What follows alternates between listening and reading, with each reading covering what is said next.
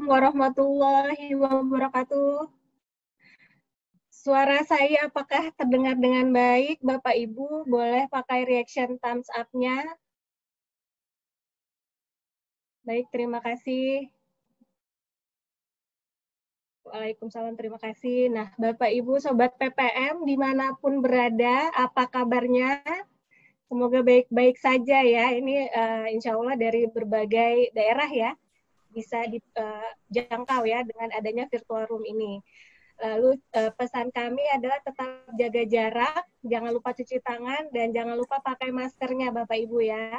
Sebelumnya saya ucapkan terima kasih atas kehadiran Bapak Ibu dan selamat datang para Sobat PPM pada acara Pojok Pintar Manajemen seri ke-14 dengan judul Digital Performance Management. What Remains and What Change ya. Ini di tanggal 15 Juli 2020. Saya senang sekali ya jika Bapak Ibu adalah salah satu dari sobat setia yang terus mengikuti seri Pojok Pintar PPM Manajemen ini. Dan bagi Bapak Ibu atau teman-teman yang baru pertama kali ikut serta dalam kegiatan ini, saya ingin memperkenalkan bahwa Pojok Pintar Manajemen adalah forum diskusi daring gratis yang diinisiasi oleh PPM Manajemen. Ini merupakan bentuk upaya kami, Bapak Ibu, dalam berkontribusi aktif menambah wawasan bagi individu dan organisasi di tengah COVID-19 dan sekaligus juga menjadi kegiatan dalam kampanye kami, pantang berhenti berkarya walau harus di rumah aja. Perkenalkan sebelumnya, nama saya Cut Putri Rahmi.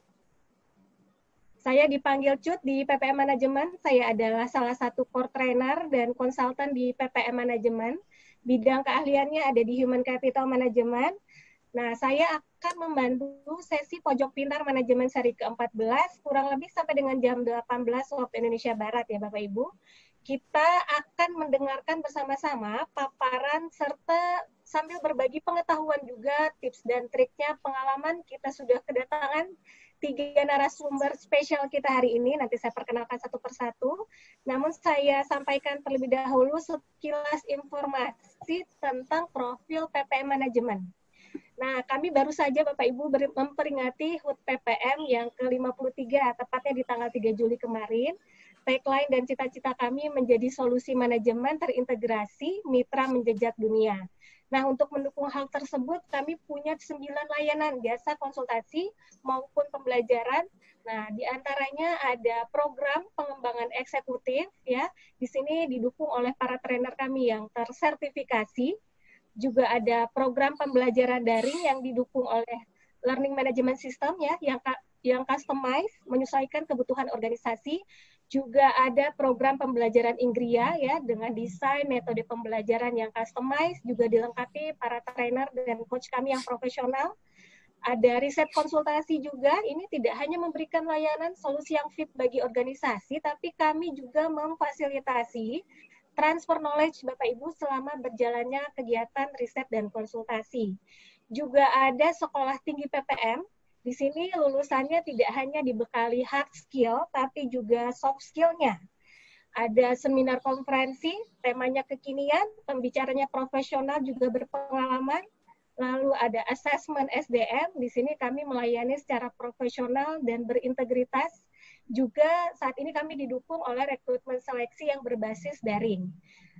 Juga ada penerbitan buku dan majalah di bidang manajemen, ya, yang berbasis pada pendekatan keilmuan dan penelitian.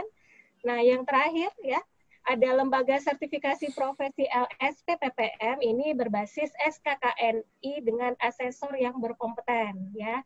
Ini adalah informasi singkat terkait dengan layanan jasa kami. Jika ada ingin lebih tahu lanjutnya lagi seperti apa jadwal kegiatannya, silakan Bapak Ibu Sobat PPM mampir di website kami di ppm-management.ac.id ya, atau tinggal googling saja. Nah, kita berikutnya masuk ke aturan atau tata tertib selama berlangsungnya kegiatan ini ya Bapak Ibu. Jadi kami membagi ke dalam 3 sesi. Yang pertama ada sesi pemaparan ya, tentu saja. Di sini setiap pembicara akan kami berikan waktu 15 menit. Ya, kita punya 3 narasumber ya, untuk berbagi pengetahuan dan pengalamannya secara bergantian. Nah, selama pemaparan, demi kelancaran teknis kegiatan hari ini, kami izin untuk mute dan off cam Bapak dan Ibu, ya, dan juga selama berlangsungnya acara ini diharapkan kita sama-sama memiliki prinsip positif dan kolaboratif. Oke ya, untuk yang sesi pertama, lalu kita lanjut ke aturan sesi kedua, ada tanya jawab. Ini akan saya buka setelah pembicara ketiga selesai, ya. Dan saya akan mengatur berjalannya proses tanya jawabnya, Bapak Ibu, ya. Jadi nanti kita bagi satu sesi ada 3 pertanyaan. Satu pertanyaan akan langsung ditanggapi oleh para pembicara. Nanti kita akan bagi nih siapa yang akan memberikan sharingnya. Lalu sebelum lanjut ke pertanyaan berikutnya. Nah, Sobat PPM atau Bapak Ibu silahkan gunakan menu raise hand ya. Jadi di bawah itu ada logo partisipan. Nah, di sana ada menu raise hand, silahkan diklik. Nanti akan ada tim kami yang menginformasikan siapa yang raise hand terlebih dahulu. Untuk selanjutnya saya akan memanggil nama Bapak Ibu sebelum mengajukan pertanyaan. Oke. Nah, nanti ketika saya panggil namanya, silahkan unmute atau nanti ada dari host kami ya, unmute dan on cam pada saat bertanya. Nah, kami tidak menyarankan menggunakan chat Zoom, Bapak Ibu, karena khawatirnya terlewat oleh saya. Lalu ada sesi feedback, nanti di akhir akan ada link ataupun barcode ya, silakan Bapak Ibu klik untuk memberikan feedback bagi kami. Lalu nanti tunggu sampai dengan selesai pengisian, nah Bapak Ibu akan dapat pop-up message untuk info share G Drive-nya. Nah, walaupun virtual ya, saya lihat sudah ada 50-an peserta nih ya. Oke, kita lanjut lagi, boleh ke pembicaranya ya. Nah, pada topik Pojok Pintar Manajemen kali ini temanya seru banget ya. Tadi saya udah cerita tentang digital ya. Awalnya saya menyebutkan digital teknologi ini sudah menjadi keseharian ya, dan biasa sekali untuk kita semua. Lagi-lagi pandemi ini juga turut mendukung kita ya, memaksa kita untuk memanfaatkan teknologi ya agar dapat memastikan berjalannya kegiatan operasional ya. Nah, jadi bagaimana digital ini terhadap sistem pengelolaan SDM? Tentu kita juga dituntut harus kekinian, Bapak Ibu, mengikuti perkembangan teknologi dan digitalisasi. Nah, perubahan tersebut bagaimana dampaknya terhadap performa manajemen ya. Dari sini hari ini kita akan sama-sama membahas baik secara konsep maupun pengalaman ya para pembicara kita seperti apa dampaknya, apa yang berubah ya, apa yang masih sama. Nah, kita sambut saja Bapak Ibu, boleh beri reaction-nya, tepuk tangan. Sudah ada 3 pembicara kita di sini, ada Pak Dwi Putra, ada Bu Kartika, dan Pak Christian. Oke, saya perkenalkan satu persatu. Halo, selamat sore Ibu dan Bapak. Selamat sore Pak Dwi. Nah, Pak Dwi ini adalah rekan kerja saya ya Pak Dwi ya, di PPM Manajemen. Yes. Masih ingat ya Pak ya? Nah, beliau ini adalah HR profesional dengan spesialisasi di bidang HR Management, Culture and Employee Experience Design ya. Beliau juga pemegang sertifikasi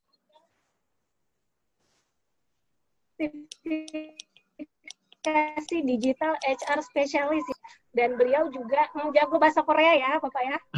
Jago bahasa Korea dan merupakan lulusan dari PPM School of Management. Oke, banyak konsep ataupun pengetahuan yang bisa dibagi kepada kami hari ini ya Pak Dwi ya. Oke, apa kabarnya Pak Dwi? Alhamdulillah Ibu, baik.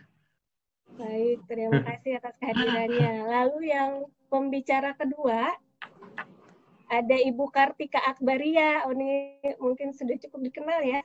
Saya lihat YouTube-nya, LinkedIn-nya, padat sekali Bu. Ada cerita-cerita atau sharing yang tersebar di YouTube. Selamat sore Bu Tika. Beliau, boleh slide selanjutnya. Beliau ini adalah Vice President Human Capital and Corporate Affairs di Ruang Guru. Aduh, mantap ya. Saat ini, seperti yang ada di profil beliau, aktif dalam mengembangkan konten pendidikan ya, dan akses edutech yang lebih baik. Wah, tidak hanya di Indonesia, tapi di seluruh negara. Ya, kalau saya lihat di LinkedIn, Bu, punten ya Bu, saya ngintip profilnya. Berawal dari dulu teknik industri ya Bu ya. Nah, tapi sekarang meraih penghargaan Indonesia HR Future Leader di tahun 2013, juga HR Excellent in Recruitment di tahun 2016. Kalau pengalaman beliau nih, jangan diragukan lagi, 12 tahun ya Bu ya, lebih dari 12 tahun. Lintas industri, mantap ya. Berharap sekali mendapat insight dari Ibu ya, hari ini berbagi pengetahuan dan pengalamannya. Apa kabar Bu Kartika? Oke. Semoga sehat selalu ya Bu ya, dan keluarga juga. Nah, pembicara ketiga kita ini ada Pak Christian Siboro, ya, mantap sekali. Halo. Beliau ini adalah, halo Bapak, selamat sore. Sore. Nah, beliau ini adalah komisaris independen di PGN, ya. Nah, ini saya boleh berbangga ya. Kami berbangga sekali. Beliau juga salah satu lulusan dari PPM School of Management ya. Ternyata satu alma mater nih sama pembicara-pembicara kita ya. Ada yang dari PPM School, juga ada dari ITB nih, Bu Kartika. Ya. Saya juga talking LinkedIn Bapak juga nih, mohon izin ya Pak. Beliau ini setelah lulus aktif di bidang HR ya Pak ya, di PPM juga ya Pak, jadi trainer dan konsultan ya, dosen, mantap. Sejak tahun 95 kalau saya tidak salah lihat ya. Beliau ini adalah HR expert dengan spesialisasi strategic and HR management ya. Jadi kalau boleh mungkin kita bisa menjejaki kiprah beliau ya. Dari mulanya saya udah benar nih langkahnya ya, sekolah di PPM, terus jadi keluar trainer di sini ya. Amin. Oke Pak Christian, Bu Kartika dan Pak Dwi, selamat datang di acara kami. Terima kasih sudah jadi pembicaranya. Selamat datang para peserta. Kalau begitu kita bisa mulai saja ya sesi pertama dengan sesi pemaparan dari Pak Dwi terlebih dahulu. Boleh silakan share screen Pak Dwi. Baik, terima kasih Ibu Cut ya. Mohon izin untuk share tentang sedikit gitu ya, sedikit tentang apa yang jadi pengetahuan saya, kemudian apa yang pernah jadi pengalaman kami juga gitu ya selama di konsultansi atau selama kami berkegiatan dengan latar belakang atau dengan tema performance management atau manajemen kinerja. Nah, baik Ibu dan Bapak. Tadi Mbak Cut bilang bahwa sekarang apapun atau apa-apa sudah dibawa ke arahnya teknologi, ke arah yang terdigitalisasi, kemudian semuanya serba otomatis dan lain sebagainya. Sehingga bahkan beberapa di antara kita atau bahkan saya sendiri nih Ibu Bapak, ketika kami mulai bangun tidur gitu ya, sebelum sholat gitu yang dilakukan pertama adalah cek dulu handphone. Bahkan sebelum tidur saja gitu ya, sebelum berdoa untuk tidur yang dilakukan adalah cek handphone masing-masing. Nah, ini sebetulnya membuktikan bahwa atau memperlihatkan kepada kita bahwa tools digital, kemudian konten digital, kemudian beberapa alat lain yang dipengaruhi oleh teknologi itu sudah sangat lekat atau sudah sangat sering kita gunakan dan sudah sangat dekat dengan kita. Dari mulai kita bangun tidur sampai dengan kita tidur kembali. Nah, kemudian apa sih kaitannya kalau misalnya kita sekarang bicara tentang kinerja ya dihubungkan dengan sebuah teknologi tertentu. So what still and what change? Saya akan bicara yang pertama tentang ini Ibu dan Bapak. Tentang faktor-faktor yang mendorong ya. Kalau tadi Mbak Cut bilang semuanya sudah terdigitalisasi gitu ya. Dari mulai kita bangun tidur sampai dengan kita tidur lagi. Nah, sekarang saya akan lebih spesifik sebetulnya ke arah faktor pendorong apa saja gitu ya yang membuat manajemen kinerja atau performance management ini harus mulai bergeser atau bisa bergeser ke arah yang lebih tech savvy ya, lebih digital seperti itu ya. Yang pertama adalah tentang technological innovation. Ibu dan Bapak, seperti yang kita ketahui sekarang bahwa inovasi di bidang teknologi itu larinya lebih cepat dibandingkan dengan inovasi di bidang yang lain gitu ya. Salah satu contohnya misalnya kita sekarang beli smartphone atau smartwatch or anything gitu ya Ibu dan Bapak. Mungkin 3 bulan ke depan atau 6 bulan ke depan smartphone yang kita beli itu udah tinggalan zaman ya. Laptop atau alat teknologi-teknologi yang lain yang kita beli gitu sekarang gitu ya bisa jadi 3 bulan ke depan itu sudah jadi ketinggalan zaman atau sudah ada varian yang lebih baru lagi. Ya, sehingga inovasi-inovasi di bidang teknologi ini yang pertama selalu lari lebih cepat dibandingkan dengan lingkungan sekitarnya. Termasuk salah satunya adalah bagaimana konsep manajemen kinerja atau bagaimana pola pengelolaan kinerja di organisasi dilakukan. Yang kedua adalah the changing nature of works. Dulu atau bahkan sampai sekarang gitu ya, banyak organisasi yang masih menerapkan 8 to 5 working hours. Kerja dari jam 8 sampai dengan jam 5 sore atau dari jam 9 pagi sampai dengan jam 5 sore. Ya, jadi seperti itu bahkan sampai sekarang. Tapi gitu ya, sebetulnya sebelum corona ini tiba juga ternyata sudah banyak nih pola kerja atau cara kerja yang berubah, Ibu dan Bapak. Ya, sekarang kita mungkin bisa tahu bahwa nggak selamanya orang itu harus datang ke kantor untuk kerja. Ya, nggak selamanya orang itu perlu commuting untuk datang ke tempat kerja. Apalagi sekarang, ya, era pembatasan sosial berskala besar dan lain sebagainya gitu yang membuat kita jaga jarak, akhirnya mendorong kita untuk bisa kerja dimanapun. Bukan hanya kerja di rumah, Ibu dan Bapak, tapi kerja dimanapun dengan cara kerja yang macam-macam. Ya, dari mulai hal seperti yang kita lakukan sekarang, kemudian meeting online, kemudian kolaboratif working via aplikasi lain sebagainya gitu ya.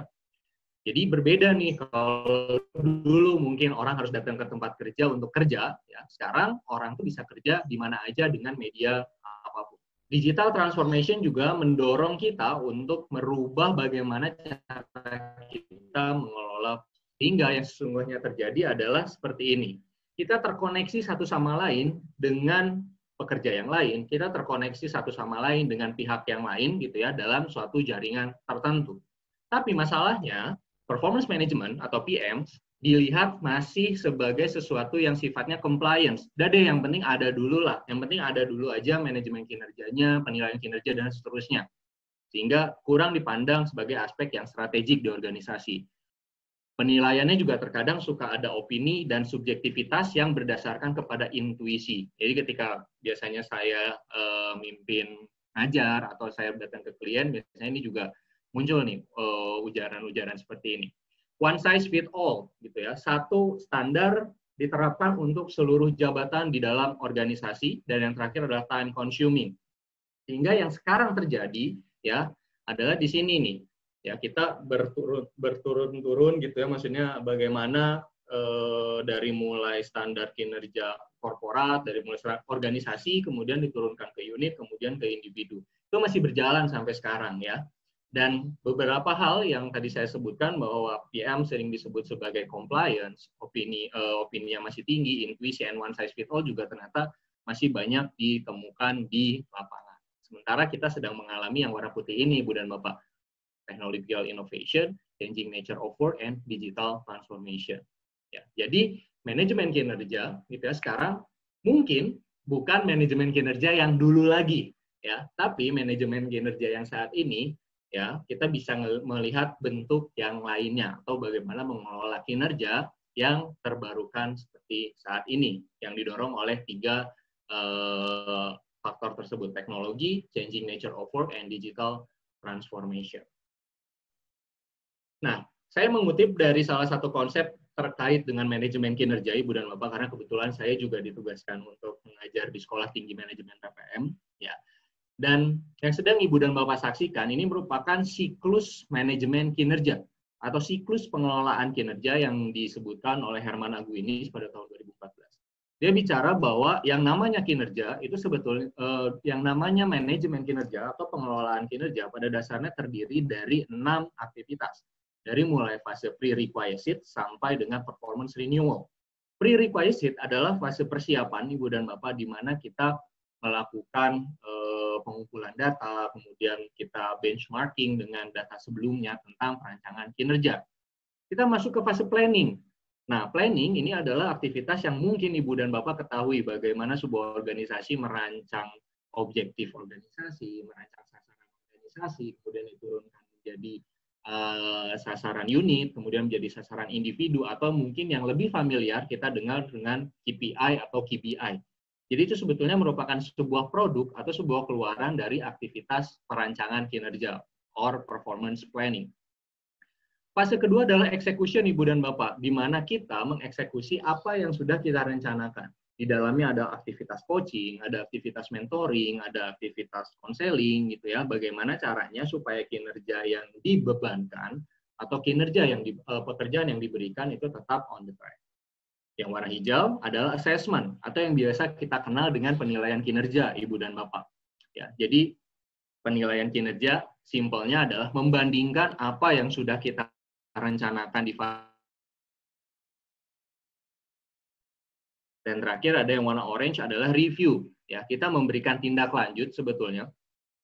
Ya, kita memberikan tindak lanjut kepada kinerja yang telah ditunjukkan oleh tim kita, oleh pekerja di bawah kita, atau oleh orang lain yang ada di dalam organisasi kita. Bagaimana nih? Apakah kinerjanya itu rendah, tinggi, atau menengah? Nah, dari 4 hal ini kemudian ada yang namanya performance renewal. Kita cek ulang, ya, apakah di tahun berikutnya akan tetap sama kinerjanya, ya, atau target kinerjanya akan tetap sama, atau jika ada perubahan seperti apa. Nah, sehingga dari konsep yang sedang Ibu dan Bapak saksikan sekarang, ya, sebetulnya nyawa atau aktivitas utama dari manajemen kinerja itu sebetulnya hanya 4 ini. Fase planning, execution, assessment, and review. Nah, kemudian apa kaitannya dengan teknologi? Nah, teknologi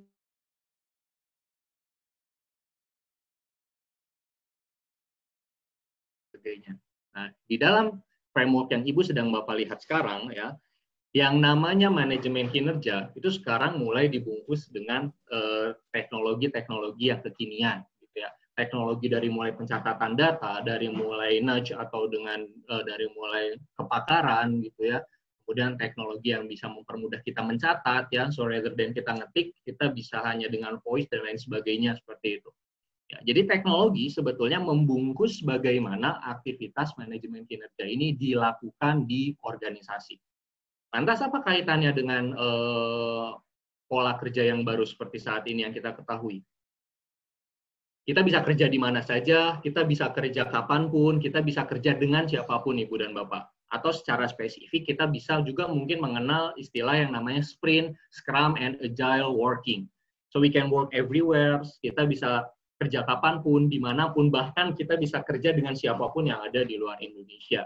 Ya. Nah, dari framework yang Ibu dan Bapak sedang saksikan di depan, ya, yang sedang disaksikan oleh Ibu dan Bapak di layar ini, sebetulnya, ya, ini sudah menggambarkan tentang bagaimana judul ini bisa muncul atau judul Pojok Pintar Manajemen kita ini bisa muncul.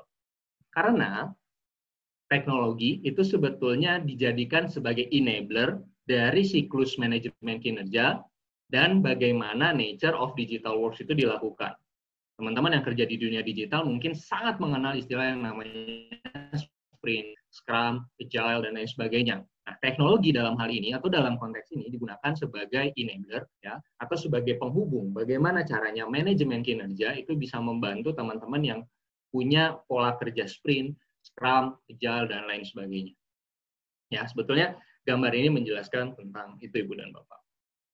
Nah, saya ingin menggambarkan hal yang lebih singkat atau yang lebih analogikal dari fase sprint, gitu ya. Ada sprint sama performance management analogikal.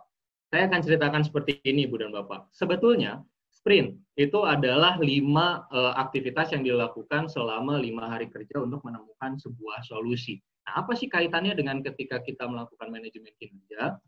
Yang pertama adalah fase planning. Ketika kita bicara tentang planning, maka hal yang sama sebetulnya dilakukan di dalam sprint di fase understand and diverge. Fase di mana kita menentukan apa sih target kita, fase di mana kita menentukan objektifnya kita, sehingga di fase planning, biasanya Ibu dan Bapak yang sudah menggunakan sprint atau menggunakan aktivitas Scrum dan lain sebagainya mengenal yang namanya OKR, Objective and Key Result. Berikutnya adalah fase execution. Jika Ibu dan Bapak lihat, fase execution ada di setiap tahapan di sprint. Kenapa ini menjadi penting? Karena fase execution menjelaskan kepada kita bahwa di setiap tahap perlu adanya feedback yang langsung, perlu adanya coaching yang langsung, kemudian perlu ada informasi-informasi yang langsung diketahui oleh tim. Assessment, di sini bicara tentang bagaimana kita menilai objektif kita, bagaimana kita menilai sasaran kinerja kita, dan terakhir ada review. Kita melihat sejauh mana efektivitas kinerja kita dibandingkan dengan 5 hari pelaksanaan sprint. Ini dilakukan secara iteratif, Ibu dan Bapak, dilakukan secara berulang-ulang. Sehingga kesimpulan yang bisa kita lihat sebetulnya adalah what still, ya. Ketika kita bicara tentang manajemen kinerja, apa sih Mas yang tetap atau tidak berubah? Satu, yang tidak berubah adalah performance management cycle remain the same. Ya, jadi setidaknya sampai dengan hari ini, gitu ya, manajemen kinerja itu siklusnya tetap 4 tadi tuh Ibu Bapak. Planning, execute, assessment, sama review. Mungkin di beberapa literatur ada jenis-jenisnya yang perbedaan namanya, tapi pada intinya tetap sama. Yang kedua adalah designing performance standard. Dari dulu sampai sekarang, ya, dalam mendesain performance standard yang kita ketahui tetap harus SMART, specific, measurable, attainable, realistic, and time-bound. Dan itu tetap berlaku sampai dengan hari ini, apapun metode kerjanya. Sprint, Scrum, dan lain sebagainya. Tapi apa yang berubah, Mas? Yang berubah adalah the pace of performance management cycle. Dulu, manajemen kinerja itu dibuat, perancangan kinerjanya dibuat sekitar bulan Januari sampai dengan bulan Februari misalnya. Kemudian eksekusi kinerjanya dilakukan dari bulan Februari sampai dengan Juni. Pemberian feedbacknya seperti itu. Kemudian penilaian kinerja tengah tahun dilakukan pada bulan Juni misalnya. Kemudian berikutnya dilakukan penilaian kinerja dan seterusnya. Nah, di era digital atau dalam pemanfaatan teknologi, fasenya nggak pernah berubah, tapi pace-nya akan berubah, lebih cepat. Kita nggak perlu nunggu 3 bulan untuk kasih feedback. Kita bisa kasih feedback mungkin direct seminggu setelahnya. Dan akibatnya apa? Kita jadi sangat data oriented. Teknologi itu menuntun kita untuk bicara berdasarkan data. Personalized feedback, assessment, and review. Jadi kalau yang berubah adalah kalau dulu one size fit all, ketika masuk teknologi ini jadi sangat personalisasi. Team performance above individual performance. Kedepannya, karena teknologi ini membuat kita kolaboratif, Ibu dan Bapak, nanti yang diukur kinerjanya itu bukan hanya individu, tetapi juga bagaimana kita mengelola kinerja tim. Continuous feedback and feed forward. Bukan hanya bicara ke belakang, Ibu dan Bapak, tapi kita juga bicara ke masa depan. Apa yang bisa kita lakukan berdasarkan data yang kita kumpulkan di siklus manajemen kinerja. Dan terakhir adalah more output and outcomes driven. Dulu mungkin kita berfokus kepada proses dan output. Sekarang bukan hanya berfokus kepada proses dan output, tapi juga berfokus kepada outcomes. Nah, key komitmennya, komitmen apa sih yang harus kita tinggikan atau komitmen apa sih yang harus kita ciptakan ketika kita mau masuk ke era manajemen kinerja berbasis teknologi? Yang pertama adalah komitmen untuk data-driven and team-oriented culture. Ya, jadi yang pertama dilakukan justru bukan memilih teknologinya, Ibu dan Bapak, tapi adalah komitmen kepada data-driven culture. Ya, bagaimana kita di organisasi mengambil keputusan berdasarkan data and team-oriented, bukan berdasarkan individu saja. Yang kedua adalah komitmen to a continuous feedback culture. Dulu mungkin kita harus menunggu 3 bulan untuk kasih feedback atau dalam waktu-waktu tertentu. Nah, ketika kita mau masuk ke performance management berbasis teknologi, ya, yang namanya continuous feedback, yang namanya mentoring, yang namanya coaching, itu harus dilakukan ongoing basis. Yang ketiga adalah commit to clarity between assessment and development. Kita harus jelas nih, kapan kita harus memberikan penilaian kinerja, kapan kita harus mengembangkan kinerja tim kita. Yang keempat, commit to transparency. Kalau kita sudah bicara tentang data, ya, itu artinya transparansi itu sudah bisa kita genggam, Ibu dan Bapak. Artinya kita bisa menurunkan subjektivitas di sana. Berikutnya, kelima adalah commit to performance management and KPI alignment. Bagaimana caranya kita setting target kinerja yang align dengan KPI dari organisasi secara keseluruhan. So, terakhir dari saya, the heart of performance management is performance itself. Ya, jadi yang menjadi inti dari sebuah kinerja itu sebetulnya adalah kinerjanya itu sendiri, bukan pelengkap, bukan yang penting ada. Tujuannya untuk apa? Tentunya tujuannya untuk menggapai hal yang terbaik dari tim kita atau dari individu yang ada di dalam organisasi kita. So, performance management is not compliance. Performance management is a tool how to gain the best from their people, from our people. Seperti itu dari saya, Ibu dan Bapak. Saya kembalikan lagi ke Ibu Cut. Silahkan, Ibu Cut. Terima kasih Pak Dwi. Wah, itu mantap ya. Jadi tujuan dari performance management ya, get the best from their people ya. Itu harapannya setiap organisasi tentu ya. Baik, terima kasih Pak Dwi. Selanjutnya, Ibu Tika, kita sambut Ibu Tika untuk berbagi pengetahuan dan pengalamannya. Silahkan share screen, Ibu Tika. Ada yang akan di-share? Assalamualaikum warahmatullahi wabarakatuh. Semoga suaranya cukup jelas. Baik, Bu. Bagus suaranya. Oke. Silahkan. Terima kasih atas kesempatannya untuk rekan-rekan dari PPM Manajemen. Perkenalkan saya Tika dan salam kenal juga untuk Sobat PPM semua, Bapak dan Ibu di sini. Mungkin kita belum pernah bertemu satu persatu sebelumnya. Salah satu ketika ada momen sharing seperti ini yang saya suka adalah selain membangun jaringan, tentunya silaturahim ya. Oke, dalam 15 menit ke depan saya akan coba untuk sharing mengenai bagaimana praktisnya di startup. Semua apa yang tadi disampaikan oleh Mas Dwi sebenarnya juga tercakup dalam presentasi saya. Jadi mungkin hal-hal yang beririsan akan saya percepat di bagian slide-nya. Saya adalah Tika, dan sekarang saya sebagai Vice President of Human Capital and Corporate Affairs di Ruang Guru. Oke. Ini mungkin perkenalan sedikit. Jadi alhamdulillah saya pernah punya pengalaman di corporate dan juga startups, di beberapa startup yang mungkin Bapak dan Ibu kenal dan juga mungkin customer dari para brand-brand ini. Dan saya bersyukur sebenarnya karir HR saya dimulai di corporate karena di situ selama hampir 7 tahun saya banyak belajar mengenai pentingnya value bagi perusahaan, kemudian bagaimana juga bekerja sama dengan lintas generasi, tidak hanya milenial saja, tapi tentunya dengan baby boomer, Gen X, dan seterusnya. Ini sekilas saja tentang saya. Alhamdulillah dikaruniai 2 anak. Jadi satu usianya 6 tahun, satu lagi usianya masih 15 bulan. Dan saya banyak belajar dari mereka. Kalau kita baca artikel, sebenarnya setelah generasi Y, itu generasi Z, dan selanjutnya adalah generasi Alpha. Dan saya banyak belajar dari mereka sebagai generasi Alpha karena mereka sangat tech savvy. Mereka juga sangat bisa cepat beradaptasi dengan segala perubahan dan lingkungan sekitar, termasuk situasi pandemik. Tidak ada kesulitan sama sekali bagi mereka untuk bisa belajar dari rumah, tidak ada kejenuhan, dan tetap bisa ceria seperti layaknya anak-anak ya. Saya ada di Instagram, jadi jika misalnya kita pengen korespondensi lebih lanjut secara kasual ada di kak.akbaria. Di LinkedIn juga saya ada Kartika Akbaria, dan bisa juga dijangkau via email di email ruang guru saya kartika.akbaria@ruangguru.com atau email personal saya di kak.akbaria20@gmail.com. Oke, beberapa hal yang sebenarnya ingin saya cover dalam sesi ini adalah mengenai overview performance management itu sendiri, melanjutkan apa yang sudah disampaikan oleh Mas Dwi sebelumnya, kemudian bagaimana ruang guru dalam praktisnya mengimplementasikan performance management ini, dan juga yang terakhir adalah bagaimana performance management untuk orang-orang tech atau kita sebut biasa sebagai geek dan juga creative people, karena katanya perlu ada cara khusus, sentuhan khusus gitu ya untuk bikin mereka ini mau ikutan, bikin mereka ini mau ngobrol, mau nurut gitu sama proses yang sudah di-set oleh HR. Nanti kita bisa sambil diskusi di Q&A karena saya juga ingin belajar dari Sobat PPM semua.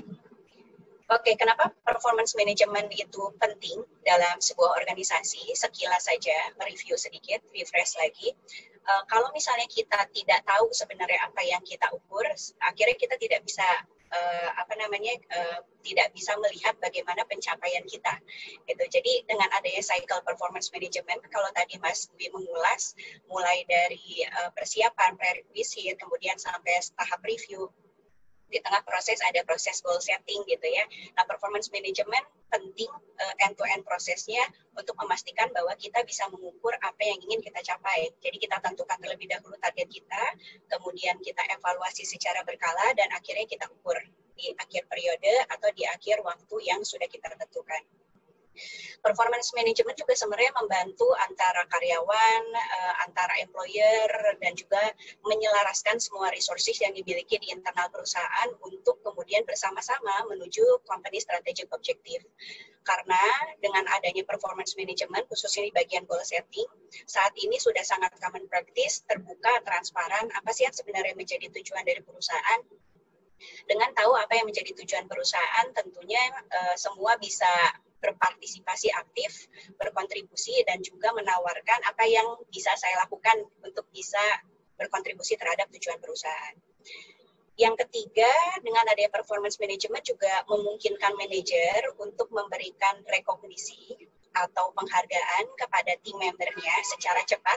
Jadi nggak harus nunggu 1 tahun dulu gitu ya. Karena ada sesi regular feedback atau feed forward yang tadi Mas Dwi bilang. Dan juga ketika misalnya ada kemungkinan underperformers atau poor performers di tim kita pun bisa melakukan treatment secara cepat gitu. Memberikan feedback, apa yang menjadi concern, apa yang menjadi poin perlu diimprove oleh dia, sehingga nggak harus nunggu sampai akhir periode, nah akhirnya malah gagal. Nah, sebenarnya untuk bisa memastikan bahwa performance management ini sukses, ada beberapa hal yang perlu dipegang oleh seorang HR bersama-sama dengan para people managers dan leaders di organisasi. Yang pertama, kita perlu over-communicate, terus-menerus mensosialisasikan bahwa performance management ini bukan event. Performance management ini adalah sebuah proses, continue, dan ini merupakan cycle yang bisa reiterasi, terus improve dari stage ke stage berikutnya. Yang berikutnya, performance management ini juga bukan hanya agendanya HR. Seringkali orang melihat, oh iya nanti ada agenda HR tuh gitu ya, kita nanti di-review gitu. Ya udah, mereka datang hanya sebagai, atau karyawan dan manajer datang hanya sebagai partisipan. Kita perlu juga over-communicate dan mensosialisasikan bahwa performance management ini sebenarnya agendanya mereka, agenda bersama. Sehingga mereka memiliki ownership dan bisa berpartisipasi aktif dan proaktif juga. Performance management pasti butuh waktu, nggak bisa satu cycle terus kita berharap langsung sempurna gitu ya, apalagi buat Bapak dan Ibu yang mungkin sebelumnya belum punya performance management proses atau sistem dan mulai pertama kali mengimplementasikannya. Pasti butuh waktu, jadi one step at a time aja, perlu bertahap, perlu sabar gitu ya. Yang berikutnya, performance management juga bukan judgment court, bukan saatnya untuk blaming seseorang atau tim tertentu atau terlalu over recognize satu tim yang lain gitu ya, sehingga ada istilah anak mas, bukan seperti itu, tapi untuk kemudian refleksi bersama-sama bahwa oh hal ini yang kemudian bagus dari tim kita, dari organisasi kita, hal ini yang perlu diimprove bersama-sama, seperti itu. Jadi 4 hal ini sangat penting ketika Bapak dan Ibu sebagai HR leader atau mungkin juga sebagai business leaders di organisasinya ketika ingin mengimplementasikan performance management proses dan sukses dalam prosesnya. Sekilas tentang ruang guru, sebelum nanti saya sharing tentang bagaimana di ruang guru, saat ini memang ruang guru didirikan 7 tahun yang lalu gitu ya, cuman memang buah pertama itu lebih kepada masa membangun bisnis lah ya, kira kurang lebih. Jadi sebenarnya baru 6 tahun secara bisnis.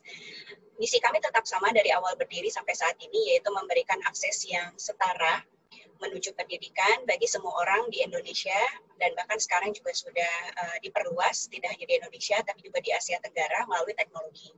Jadi kami ingin membangun bangsa melalui pendidikan, membangun juga bersama-sama dengan pemerintah, dengan seluruh pihak, termasuk para murid dan orang tua pun, membangun generasi kita selanjutnya di Indonesia ini khususnya.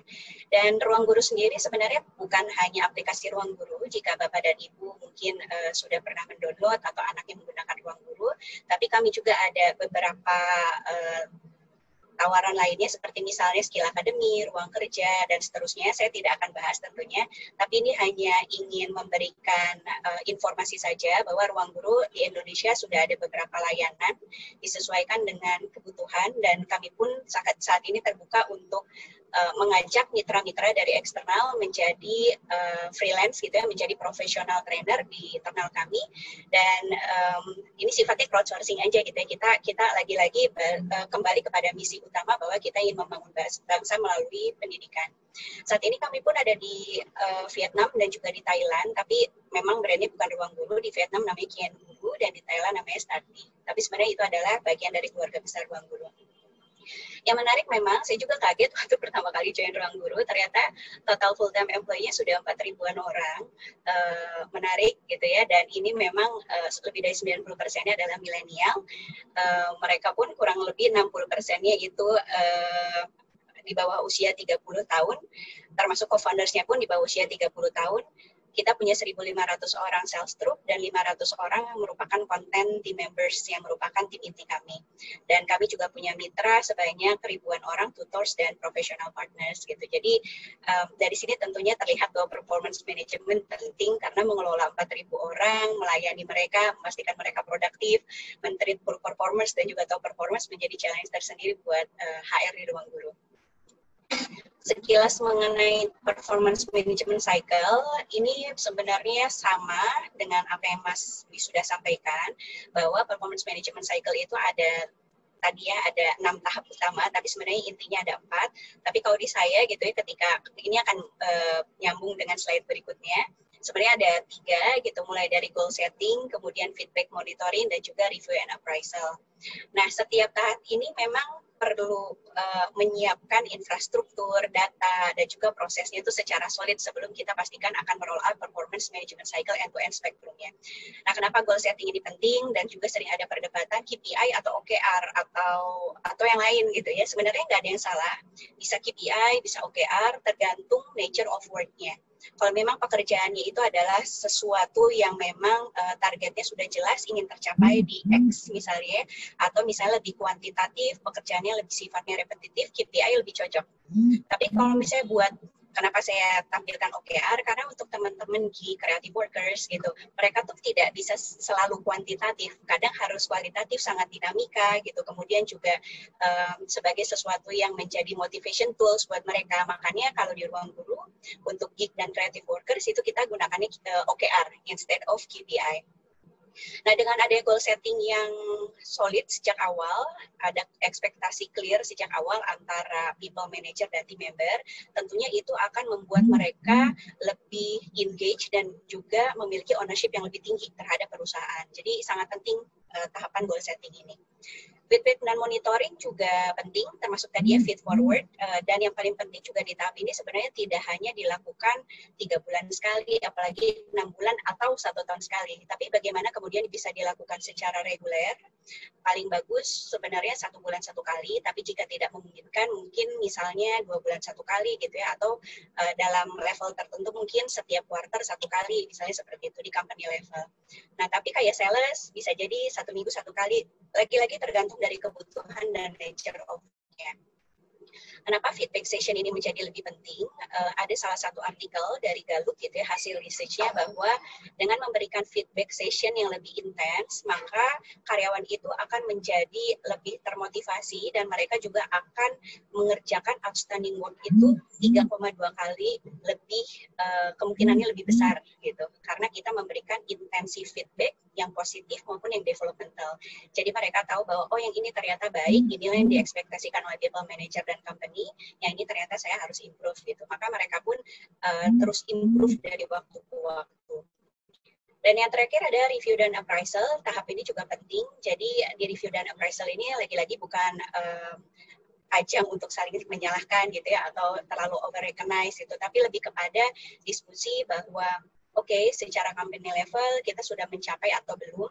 Kemudian juga bagi top performers apa reward-nya, bagi yang poor performers apa treatment yang perlu kita lakukan gitu ya. Tentunya terminasi bukan menjadi konklusi satu-satunya dan konklusi akhir. Tentunya kita juga dari HR tetap advice di manajemen untuk memberikan kesempatan dari sisi performance improvement plan dalam waktu yang ditentukan. Dan setelah review and appraisal juga ada learning and development plan. Dan bagi mereka yang kemudian mungkin dirotasi, ditransfer ke departemen atau divisi lain, atau dipromosi, itu bisa dilakukan ketika sesi review dan appraisal performance management juga. Kalau di Ruang Guru sendiri, mengutip yang slide sebelumnya, itu yang kami lakukan cycle-nya gitu ya. Jadi di performance management Ruang Guru saat ini kami lakukan 6 bulan 1 kali untuk karyawan permanen kami. Dan sebenarnya ini juga hal yang baru bagi Ruang Guru, karena Ruang Guru sebelumnya to be honest masih 1 tahun 1 kali, tapi kami kemudian menerima input dari people manager, dari karyawan, itu tidak cukup memotivasi karyawan. Akhirnya dalam 3 bulan terakhir, di bulan April sampai dengan Juni, kami merevamp semua prosesnya, melakukan namanya Performance Management Roadshow dan klinik. Kita beneran sosialisasi satu-satu gitu ya, ke VP level dulu, kemudian ke people manager, dan nanti insya Allah minggu depan itu kita akan maraton ke seluruh karyawan gitu. Nah, sosialisasi ini menjadi penting untuk memastikan bahwa kita berada dalam satu kapal yang sama, membaca satu halaman yang sama, dan semuanya tadi untuk membangun ownership bersama-sama bahwa ini bukan hanya agenda Tika atau HR tim gitu, tapi ini adalah agenda dari perusahaan. Cycle-nya seperti ini kurang lebih, dan ini tentunya praktisnya sesuai dengan kebutuhan ruang guru, bisa berbeda-beda untuk setiap perusahaan. Tapi intinya dari cycle ini, kita punya 6 bulan, di mana sesi pertama atau cycle pertama itu adalah dari bulan April sampai dengan bulan September atau Q2 sampai Q3. Kemudian cycle kedua itu adalah dari bulan Oktober sampai dengan Maret. Itu adalah periode untuk penilaiannya. Nah, di tengah-tengahnya, kemudian di akhir periode setiap cycle, kita lakukan tadi performance review dan appraisal untuk menentukan apakah kita mencapai target perusahaan, siapa saja top performers kita, siapa saja misalnya jika ada poor performers-nya, dan apa yang harus dilakukan. Ini akan kita implementasikan, dan kita sekarang sedang dalam masa transisi. Insya Allah, bismillah, semoga ini yang terbaik bagi ruang guru, dan kami juga sangat ingin melihat bahwa ini efektif buat semuanya. Kemudian, yang terakhir, mungkin sedikit tips gitu ya mengenai bagaimana mengolah geek dan juga creative people, karena jumlahnya juga hampir 1.000 orang di ruang guru. Tadi orang-orang konten, orang-orang production yang suka syuting konten, kemudian teknologi, orang-orang data gitu. Nah, mereka itu sebenarnya mau clear expectation dari awal. Berapa yang, misalnya berapa konten yang harus saya produksi, mereka tetap open kok kalau misalnya ternyata ada lebih dari, misalnya kesepakatan awalnya 10 konten ya, untuk next 3 months gitu. Tapi di tengah jalan misalnya ada permintaan konten lebih, nggak apa-apa, tapi komunikasikan lebih awal ke mereka gitu. Jadi sebisa mungkin tidak mendadak. Itu mereka lebih welcome gitu ya. Yang berikutnya, nah ini saya di Grab, saya di OVO, dan sekarang di ruang guru, flexibility matters gitu. Jadi mereka nggak bisa diukur dari working hours 9 to 5:30 atau 8 to 5, nggak bisa misalnya oke, Senin sampai Jumat, Sabtu kadang masuk, itu nggak bisa kayak gitu. Karena bisa jadi mungkin mereka datang jam 10, datang jam 11, tapi juga pulang jam 12 gitu ya. Apalagi selama WFH ini memang waktu kerja dengan waktu personal itu udah blur banget gitu. Yang penting yang tetap kita ukur adalah deliverables-nya. Dan yang terakhir, memang untuk diskusi dengan mereka itu harus use their language gitu ya. Kita nggak bisa kayak bawa company policy terus bacain depan mereka, tuh nggak seperti itu. Biasanya tips dari saya lakukan dari pengalaman dan juga bersama teman-teman, itu kita coba untuk dengerin mereka terlebih dahulu. Misalnya kayak kemarin kita ada satu inisiasi untuk menstandardisasikan titling dan grading, ada yang nggak setuju gitu ya, salah satu content leaders. Ya udah, nggak apa-apa gitu, kita coba dengarkan dulu kenapa concernnya, ya dia bilang bahwa ini nggak memotivasi dan seterusnya gitu. Kami nggak apa-apa dengarkan, tapi kemudian juga kami coba untuk mengutarakan maksud dari standarisasi ini apa, kemudian apa yang bisa kita lakukan bersama-sama untuk konten tim ini juga nggak sendirian gitu ya, punya dunianya sendiri, tapi kan harus blend dengan yang lainnya, punya standar yang sama. Dan setelah diskusi back and forth beberapa kali, akhirnya alhamdulillah kita mencapai kesepakatan, dan intinya tetap mengikuti apa yang sudah dikonsepkan oleh tim HR. Oke, ini adalah key takeaways-nya kurang lebih. Jadi ada 4 poin. Performance management itu membantu kita untuk bisa mengukur apa yang ingin kita capai. Karena jika tidak ada proses atau sistem performance management, dan sebenarnya jika tidak ada teknologi gitu ya, itu akan membuat kita jadi unclear mengenai sebenarnya saya udah mencapai apa gitu. Teknologi memang bukan solusi, itu lebih kepada katalisator, mempercepat proses dan memastikan semua data ter-record. Jadi membantu kita sebenarnya. Performance management juga adalah strategi yang fundamental, jadi ini bukan nice to have saja, Sobat PPM, tapi juga must have menurut saya dalam organisasi. Jadi jika Sobat PPM ingin memastikan produktivitas karyawan, lihat dulu apakah performance manajemennya sebenarnya sudah fair atau tidak, dan apakah sudah memotivasi karyawan atau tidak. Ini bukan event, Ini adalah proses, ini adalah journey, dan harus dimiliki oleh keseluruhan team members dalam organisasi. Jadi jika ingin memastikan performance management ini sukses, mulai dari goal setting, regular feedback, feed-forward monitoring, sampai dengan assessment-nya gitu ya, pastikan bahwa kita bisa merangkul semua pihak, khususnya senior management, untuk menjadi promotor dalam performance management ini. Terima kasih dari saya sekian, semoga kita bisa diskusi di sesi tanya-jawab. Assalamualaikum warahmatullahi wabarakatuh. Waalaikumsalam warahmatullahi wabarakatuh. Terima kasih Mbak Kartika. Tadi ini ya, saya pada Performance Management Roadshow ya Mbak ya. Jadi ini kesadarannya dari manajemen puncak dilibatkan memang butuh sesuatu gitu ya. Betul, ada roadshow-nya sama ada kliniknya juga Mbak Jud. Karena kami menyadari bahwa belum tentu semua orang punya persepsi yang sama, makanya di klinik itu kita ya kayak klinik lah gimana gitu ya. Bukan berobat, tapi lebih ke diskusi lebih intens jika misalnya ada kasus-kasus yang unik di setiap timnya. Baik, terima kasih Mbak Tika. Nanti mungkin tanya jawabnya ya yang akan lebih mantap nih kayaknya isinya. Baik, selanjutnya Pak Christian Siboro. Ya. Selamat sore Pak. Sore. Sore sudah nggak sabar lagi ya Pak mau menyampaikan sharing pengalamannya ya kepada kami. Silahkan Pak Christian. Ya, baik Mbak. Oke, baik Mbak Jud. Mungkin saya Anda pakai slide aja ya biar lebih merespon dan melihat apa yang bisa saya tambahkan dari yang disampaikan oleh Mas Dwi dan Mbak Tika. Ini generasi muda yang cemerlang dua-duanya nih yang bisa mewarnai dunia HR ke depan di perusahaan. Kalau saya creative people ya Pak ya. Creative people. Kalau saya generasi yang lebih tua nih dari Mas Dwi dan Mbak Tika nih. Tapi mudah-mudahan bukan generasi kolonial lah ya. Ya, saya coba sharing pengalaman saya yang kurang lebih 25 tahun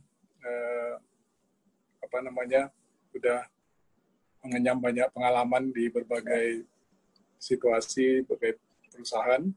Nah, mungkin ada hal-hal yang bisa saya mungkin tambahkan yang disampaikan Mas Dwi dan Mbak Tika tadi dalam topik digital performance management ini. Dari topiknya ada dua hal yang mau disorot, what still and what change. Mungkin saya lihat dari satu sisi pertama dulu, what still. Yang udah pasti ini still about performance. Gitu. Dan performance itu, kinerja itu adalah di dalam setiap organisasi merupakan jantung dari perusahaan atau organisasi. Kalau jantungnya nggak bergerak lagi atau tidak memompa darah lagi, maka pasti akan mati. Jadi hidup matinya perusahaan itu tergantung dari kinerjanya. Baik kinerja individual, kinerja tim, maupun kinerja perusahaan.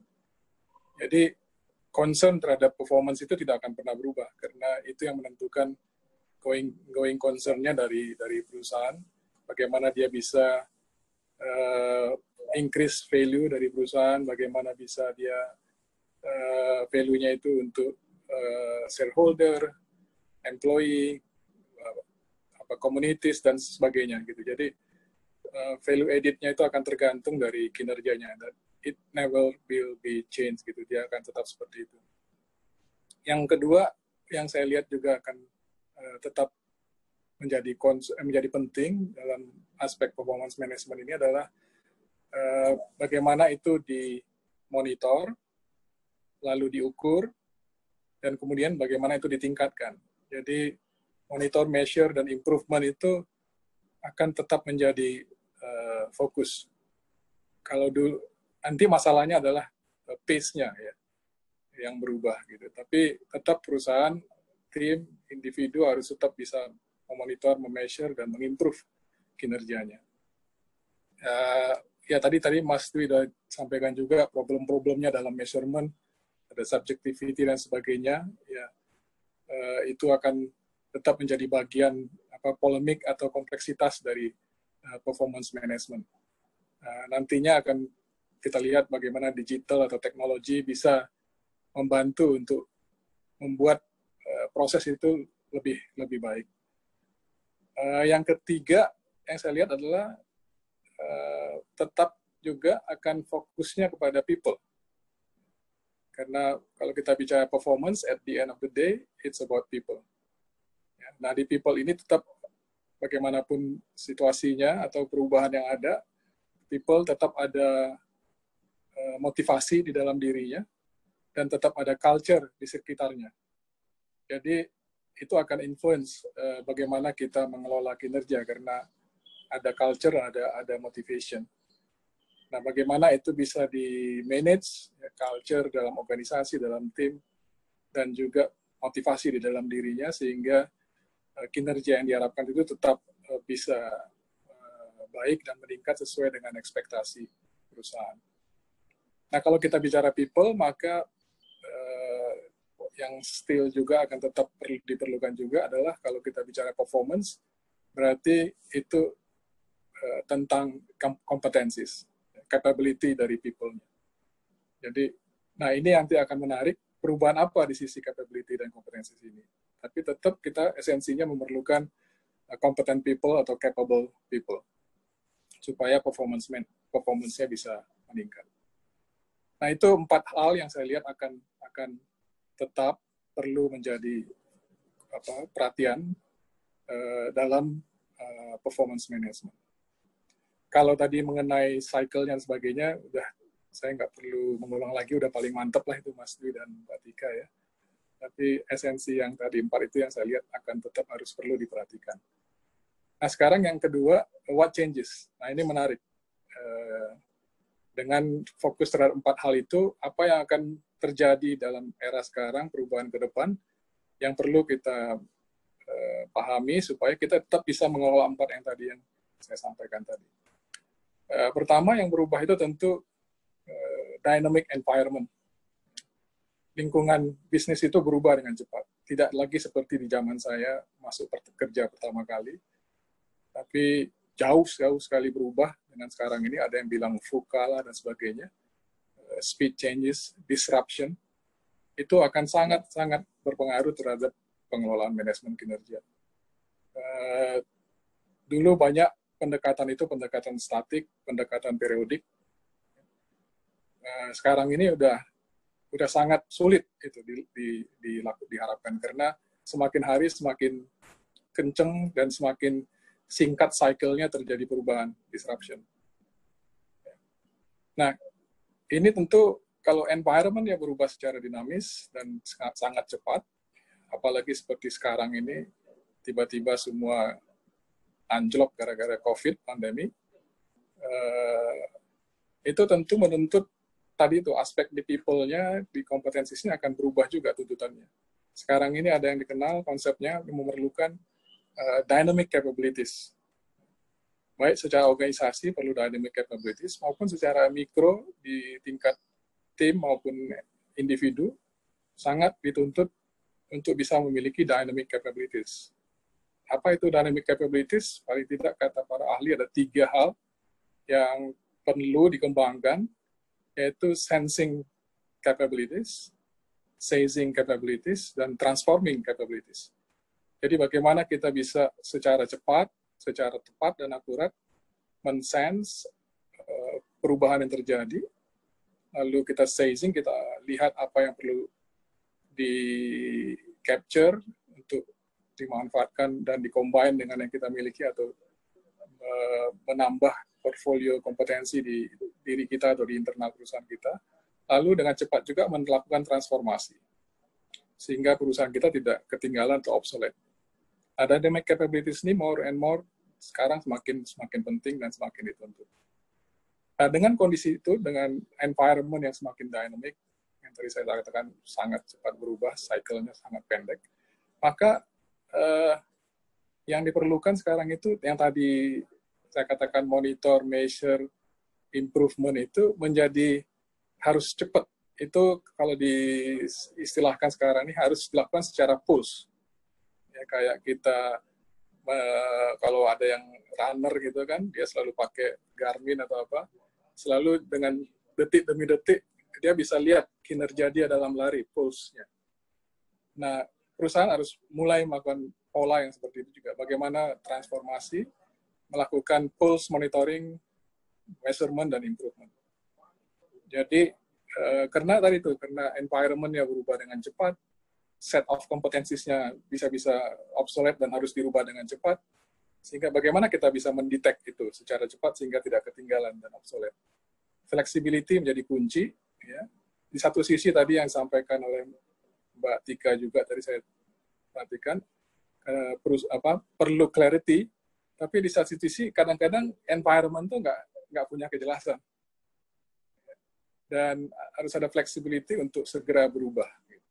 Kadang-kadang situasi justru harus dihadapi pada saat kondisinya mungkin belum jelas dan kita bagaimana kita mentransform, membentuknya supaya bisa lebih dikelola, diadaptasi dengan baik. Jadi teknologi di sini jadi penting. Jadi kalau ya, di era dulu misalnya teknologi itu hanya untuk support misalnya dalam performance management, misalnya mencatat, recording, digunakan sebagai tools untuk record, atau kemudian berkembang menjadi HRIS yang misalnya teknologi itu mensupport untuk memanage proses. Nah, ke depan teknologi itu akan penting dalam performance management, tidak lagi untuk mensupport, tapi dia untuk mendrive performance. Nah, mendrive itu kemudian teknologi itu berkembang di dalam digital performance management itu, bagaimana dia digunakan menjadi people analytics, karena begitu dia lakukan pulse monitoring, pulse measurement, maka data itu akan sangat banyak. Big data, amount dari data itu akan sangat banyak, sangat cepat, sehingga tidak lagi seperti dulu periodik diukur, datanya periodik, tapi ini bagaimana mekanismenya menjadi pulse, dia datanya akan banyak. Lalu itu yang dikenal teknologi yang mensupportnya, diperlukan yang teknologi yang bisa people analytics. Nah, arahnya bagaimana kita bisa mempredik. Jadi predictive technology dengan dukungan big data dan AI, bagaimana itu bisa membantu memprediksi dan mentransform individu, tim, dan organisasi untuk bisa mencapai kinerja menghadapi lingkungan yang semakin dinamis tadi. Nah, hal keempat yang jadi penting dengan kondisi yang tadi saya sampaikan, dynamic environment, dynamic capabilities, dan teknologi yang bisa mendrive performance dengan pulse, monitoring, measurement, dan improvement, itu dengan kondisi sekarang dan ke depan itu adalah bagaimana pertanyaannya itu fondasi dari kinerja atau manajemen kinerja itu atau kinerja perusahaan itu, fondasinya adalah resilience. Resiliency, apa bahasa Indonesia itu? Ketahanan ya. Ketahanan. Jadi bagaimana kita bisa melihat sekarang ini dengan suatu perubahan disrupsi atau pandemi COVID gitu, bisa aja perusahaan yang tadinya kinerjanya bagus, kinerjanya sangat baik, tiba-tiba anjlok, ambruk, dan bangkrut. Resiliensinya nggak ada, daya tahannya ternyata nggak ada. Dan ini menjadi isu kinerja, manajemen kinerja ke depan. Gimana membangun kinerja atau membangun fondasi perusahaan, kinerja perusahaan yang lebih resilience, lebih punya daya tahan. Nah, apakah teknologi bisa mendrive tersebut sehingga digital performance management itu jadi perlu ada perspektif atau framework yang berbeda untuk daya tahan, resiliency. Nah, di sini saya lihat untuk daya tahan itu, saya pengen ambil analoginya itu untuk didukung oleh relationship. Nah, relationship itu tentu kaitannya nanti dengan trust. Jadi bagaimana bisa membangun trust dan relationship di dalam organisasi dengan menggunakan teknologi untuk mendrive-nya, untuk membangun daya tahan kinerja perusahaan. Analogi yang sering saya pakai dari dulu adalah membangun relationship itu dalam mendukung atau mengembangkan kinerja, itu bagai hubungan antara di dalam keluarga, antara orang tua dengan anak. Bagaimana intimate relationship itu terjadi, sehingga pulse itu bisa terjadi. Orang tua itu bisa bisa waktu demi waktu secara kontinu dia bisa paham anaknya gimana, perilakunya, kinerjanya, dan gimana dia bisa membimbing anaknya untuk mendrive kinerja anaknya dengan baik. Nah, kondisi ini bisa diadaptasi dalam organisasi, bagaimana membangun intimate relationship antara atasan bawahan, antara perusahaan dengan employee, ya, sehingga resiliency itu bisa terjadi.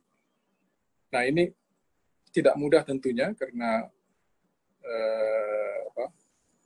kita udah melihat banyak contoh tumbangnya banyak organisasi yang tadinya kita lihat kinerja baik, tetapi begitu ada turbulence di environment, perubahan yang cepat, tiba-tiba anjlok dan bangkrut atau hilang.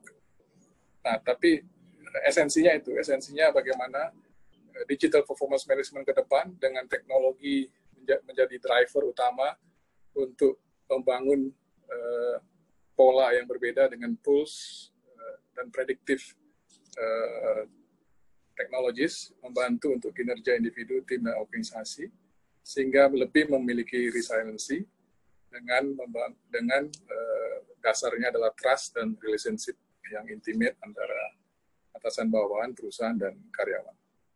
Mungkin itu Mbak Cut dari yang saya bisa sampaikan terkait dengan hal ini. Semoga bisa menambah apa yang disampaikan Mbak Tika dan Mas Dwi tadi. Terima kasih. Terima kasih Pak Christian Siboro. Tadi kalau dibilang Bapak kolonial rasa milenial Pak. Ya. Ini tetap insight-nya ini belajar dari masa lalu, pengalaman Bapak, tapi juga insight ke depannya itu seperti apa. Nah, tadi banyak sekali Bapak juga sudah bisa melihat, berbagi ke kita juga prediksi apa aja nih yang kira-kira masih sama, lalu apa saja yang berubah, dan harapannya dari teknologi ini benar-benar bisa mendrive, tadi kata Bapak ya, jadi tidak hanya support, tapi driving untuk performance manajemen ini ya. Baik, terima kasih.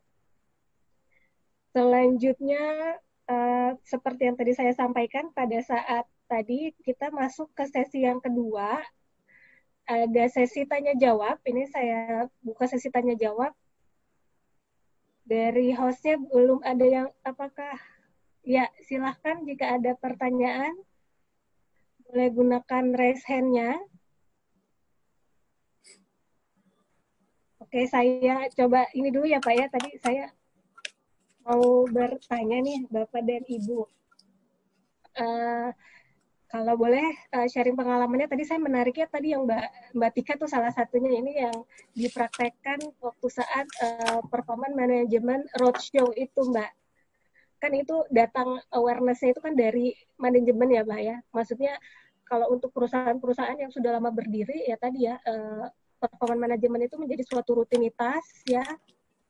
Jadi apa ya Mbak, hilang gitu ya. Mungkin bisa Mbak Tika cerita seperti apa waktu itu pertama kali memulainya, lalu nanti mungkin dari Pak Christian atau Pak Dwi juga boleh sharing pengalamannya, ya, Mbak Tika. Terima kasih Mbak Cut pertanyaannya. Semoga juga bisa relevan ya dan menjadi salah satu referensi buat Sobat PPM semua. Jadi memang performance management roadshow ini kita bagi dalam beberapa tahap.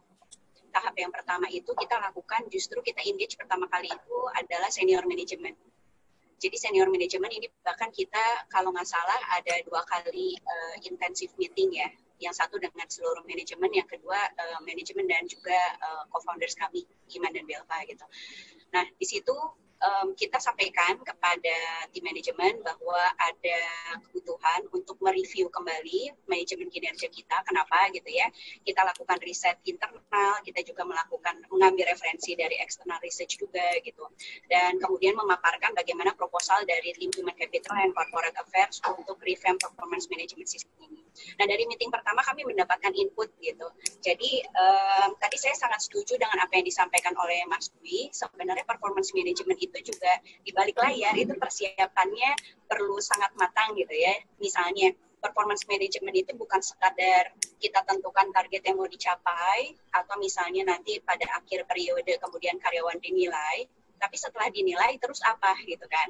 Pasti mereka menanyakan juga, lalu apa impact-nya pada karir saya, lalu apa impact-nya kepada package saya gitu. Itu pertanyaan yang sangat wajar dan kita harus siap untuk menjawab itu. Nah, ada beberapa kasus itu ketika saya juga diskusi dengan beberapa rekan-rekan HR, itunya nggak siap. Jadi what's it for me-nya tuh nggak siap. Lalu berantakan, sehingga ketika kita melakukan kalibrasi kita bingung juga gitu ya ketika membahas misalnya posisi A di grade ini, terus yang lain bilang emang itu grade itu ya, kok yang analis di tim kamu kok bisa grade 3, sedangkan analis di tim saya kok grade 2 ya, kok di tim saya analis bisa lebih rendah, padahal namanya sama-sama analis itu. Nah itu 3 bulan kemarin emang maraton sekali sih, jadi itu sprint tapi maraton, jadi energinya 200% gitu, 2 kali lipat. Nah, tahap pertama jadi tadi performance management atau show ke manajemen, setelah mendapatkan input dari manajemen dan tentunya engage mereka, support kita ya, ini tuh agenda gede loh, nggak bisa cuma kita doang nih, iya siap gitu. Nah jadi ketika kita roadshow ke tim mereka masing-masing gitu kan, itu ada 9 tim besar, itu VP-nya harus ikutan tuh di situ. Harus ikutan, kemudian dia juga jadi salah satu presenter gitu ya, yang juga memaparkan kenapa ini penting dan seterusnya.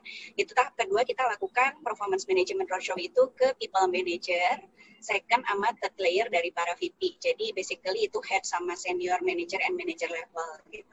Nah di situ dapat input juga gitu. Kayaknya yang ini relevan deh buat tim saya, nggak masalah. Tapi yang ini nggak relevan gimana ya gitu.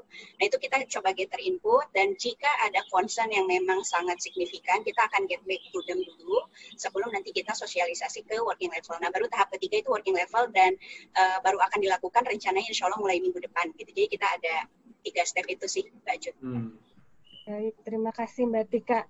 Mungkin Pak Christian mau menambahkan pengalamannya Pak, gimana caranya menumbuhkan awareness ini Pak di manajemen puncak bahwa performance manajemen ini menjadi hal yang krusial seperti itu? Ya, seperti yang tadi saya sampaikan bahwa esensi dari performance management itu adalah about performance dan people-nya gitu. Dan yang paling kita angkat itu ke C-level atau ke top management itu, ini hidup matinya perusahaan itu ya dari performance. Jadi strategic aspek dari performance management itu yang dilihat. Jadi bukan semata hanya proses atau technicalities-nya dari performance management, tetapi esensi strategiknya yang penting. Kalau tidak ada alignment antara apa yang diharapkan oleh shareholder dan top management sampai kepada individual level dalam melakukan pekerjaannya dan mendeliver performance, kalau strategic alignment itu tidak ada dengan proses yang dikelola dalam manajemen kinerja, maka akan terjadi dysfunctional dalam organization gitu. Nggak nyambung nanti, top manajemennya lagi ngomong apa ke depan sebagainya, tapi bawahnya nggak inline karena tidak dikelola dengan performance management tadi untuk memonitor, measure dan mengimprove. Karena fokus strategik dari top management itu adalah company performance, kinerja perusahaan. Dan bagaimana itu diimplementasikan dengan cara monitoring, measurement, dan improvement, ya lewat di performance management.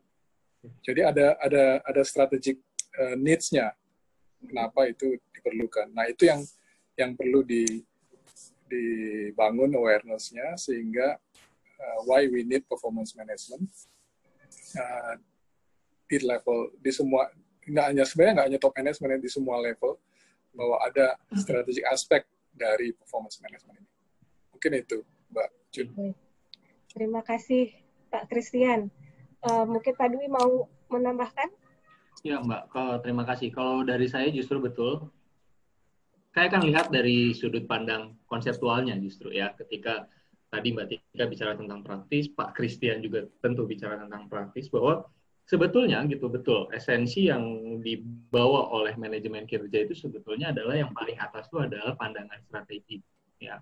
Herman Aguinis 2014 itu dia cerita bahwa kita itu nggak akan pernah bisa ngukur atau kita nggak akan pernah bisa manage apa yang kita nggak bisa ukur ya. Jadi hal yang jadi penting pertama adalah tadi betul menyamakan dulu persepsi kenapa sih kita butuh yang namanya performance management.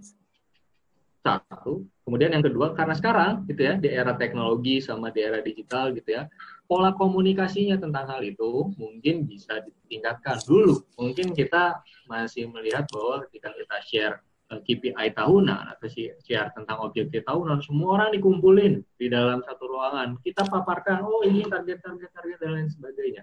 Nah nanti kedepannya itu bisa jadi satu karena sangat personalisasi sehingga setiap orang itu nggak perlu hadir lagi terkait dengan pengumuman target kinerja atau target sasaran yang ingin dicapai gitu, tapi mereka sudah tahu sendiri oh ya jabatan saya adalah A, jabatan saya adalah B, maka target saya adalah A, target saya adalah B, dan ini mendukung perusahaan dalam hal A dan dalam hal B. Gitu Mbak Cut.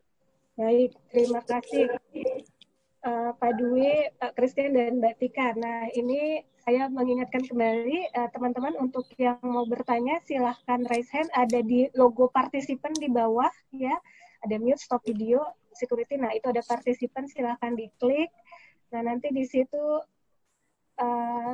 silahkan ada raise hand-nya ya. Nah sebentar, ini sudah ada yang raise hand. Tadi saya dapat informasi ada Ibu Lydia Panjaitan.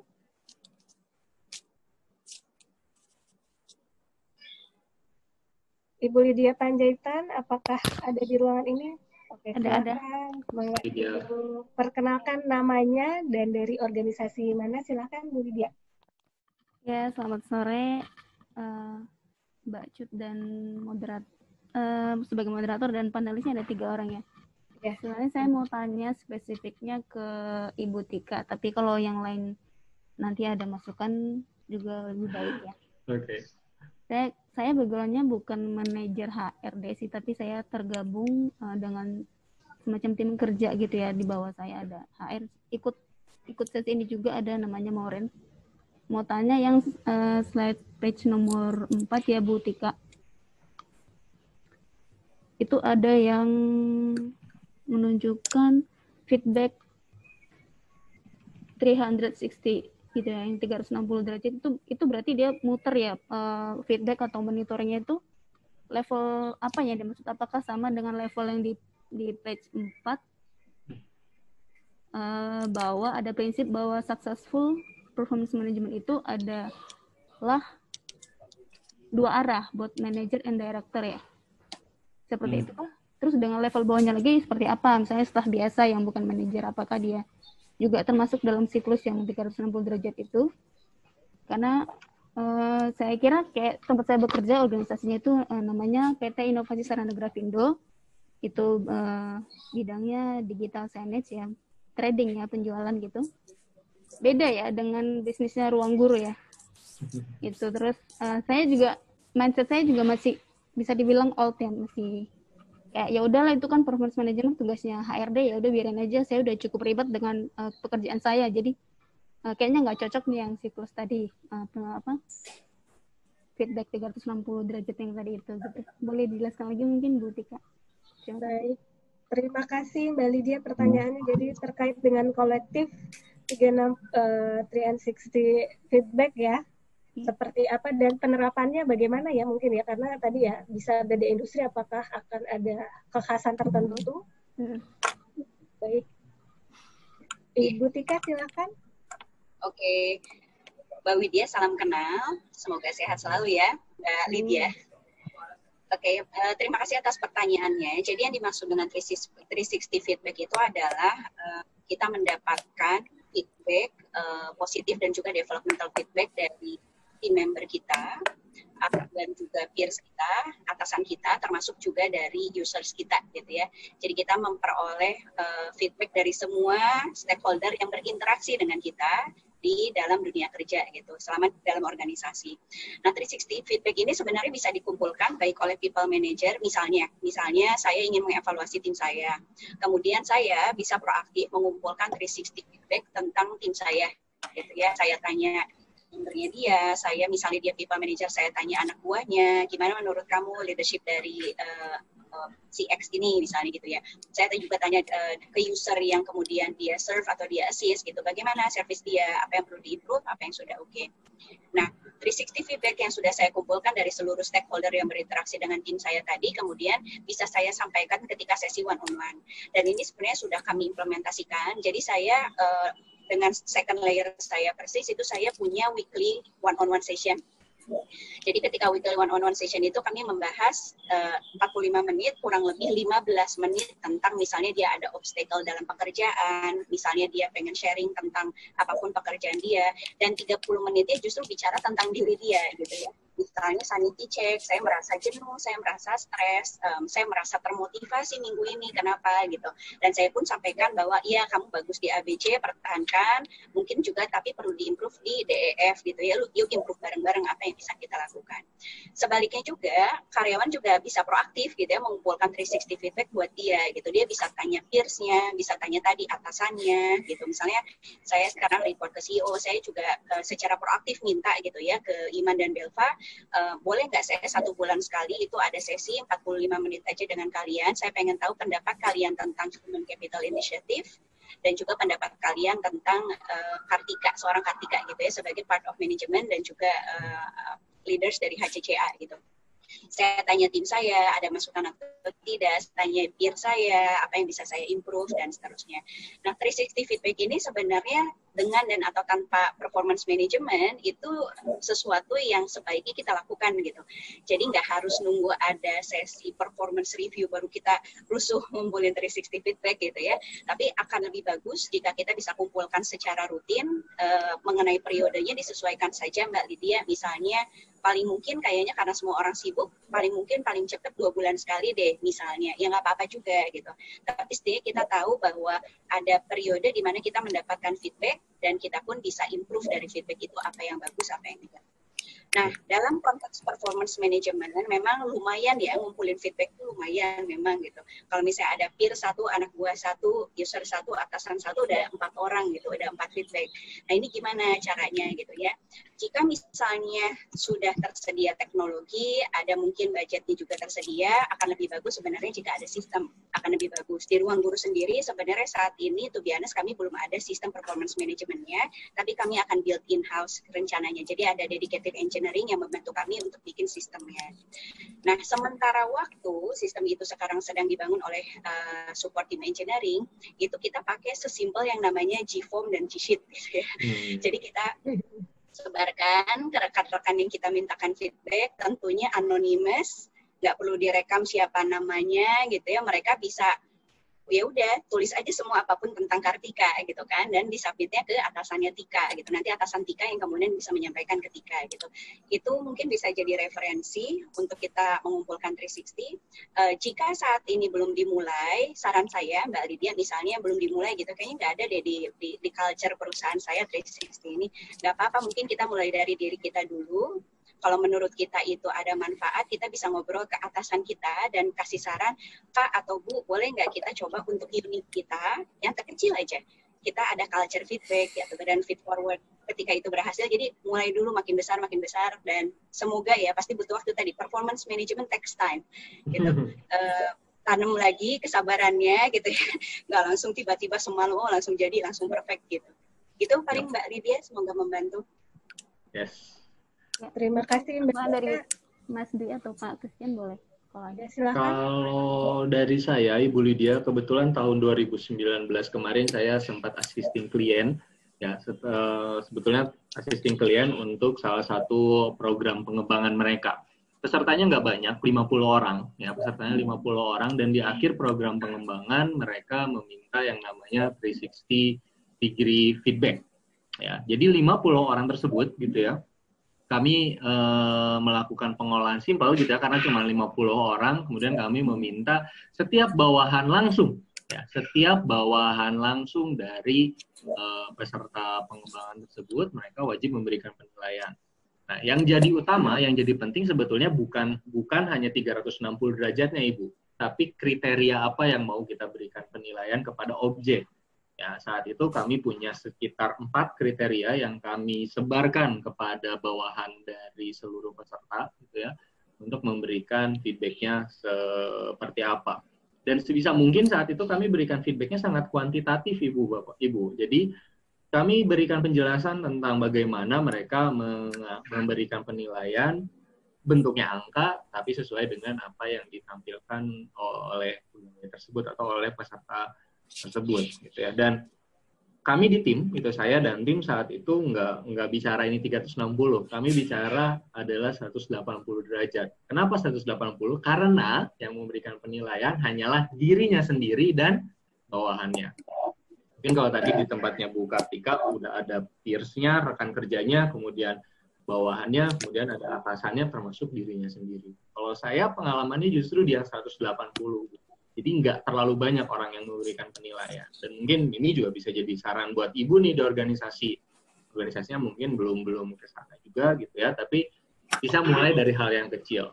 Di tim Ibu dulu deh, misalnya untuk menumbuhkan bagaimana sih sense of using feedback, sense of using 180 degree feedback dan lain sebagainya. Oke, Gitu, baik, terima kasih. Terima kasih Pak Dwi. Boleh ya. Pak Tian mungkin cerita tentang pengalaman Bapak, Pak, waktu pas jadi HR consultant juga ketemu klien yang seperti ini nggak, Pak? Gimana, Pak?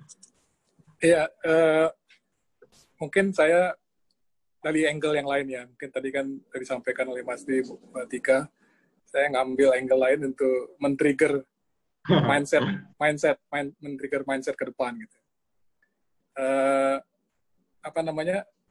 Performance management itu harus dilihat bukan sebagai tugas dari departemen HR atau orang HR.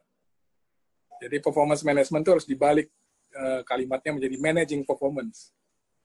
Managing performance itu is everybody's responsibility. Bahwa itu adalah tanggung jawab semua orang di dalam organisasi to manage performance. His own performance, his team performance, dan company performance. Jadi kalau semua orang mindset-nya sudah digerakkan ke arah situ bahwa ini adalah about managing performance, kalau dia nggak contribute, nggak care, nggak drive performance, deliver result, maka at the end of the day yang rugi dia sendiri. Impact-nya akan ke setiap orang, ke company, ke tim, ke diri sendiri. Jadi responsibility dari setiap orang itu adalah doing his job pertama, dan kemudian manage his performance. Jadi dengan mindset ini maka proses itu menjadi suatu hal yang tidak perlu rumit untuk dipaksakan kalau mindsetnya udah di situ. Dan ketika tadi yang saya bilang nanti disruption terjadi, perubahan sangat cepat, lalu digunakan digital performance management, yang tadi saya katakan pulse, monitor, measure, dan improvement, maka itu tidak jadi burden. Kalau sekarang aja dengan mindset yang nggak tepat, periodical evaluation atau periodical coaching jadi beban, ya, apalagi kalau nanti harus dalam cycle yang lebih pendek, nggak akan jalan. Padahal nanti kalau orang tetap bermindset seperti itu, dia akan nggak connect dengan business environment. Karena business environment menuntut perubahan yang cepat, menuntut kinerja yang tinggi. Begitu itu nggak connect dengan mindset di dalam managing performance, maka perusahaan itu pasti akan kepayahan. Jadi akhirnya performance management itu jatuh-jatuhnya hanya recording yang hanya untuk scoring. Gitu.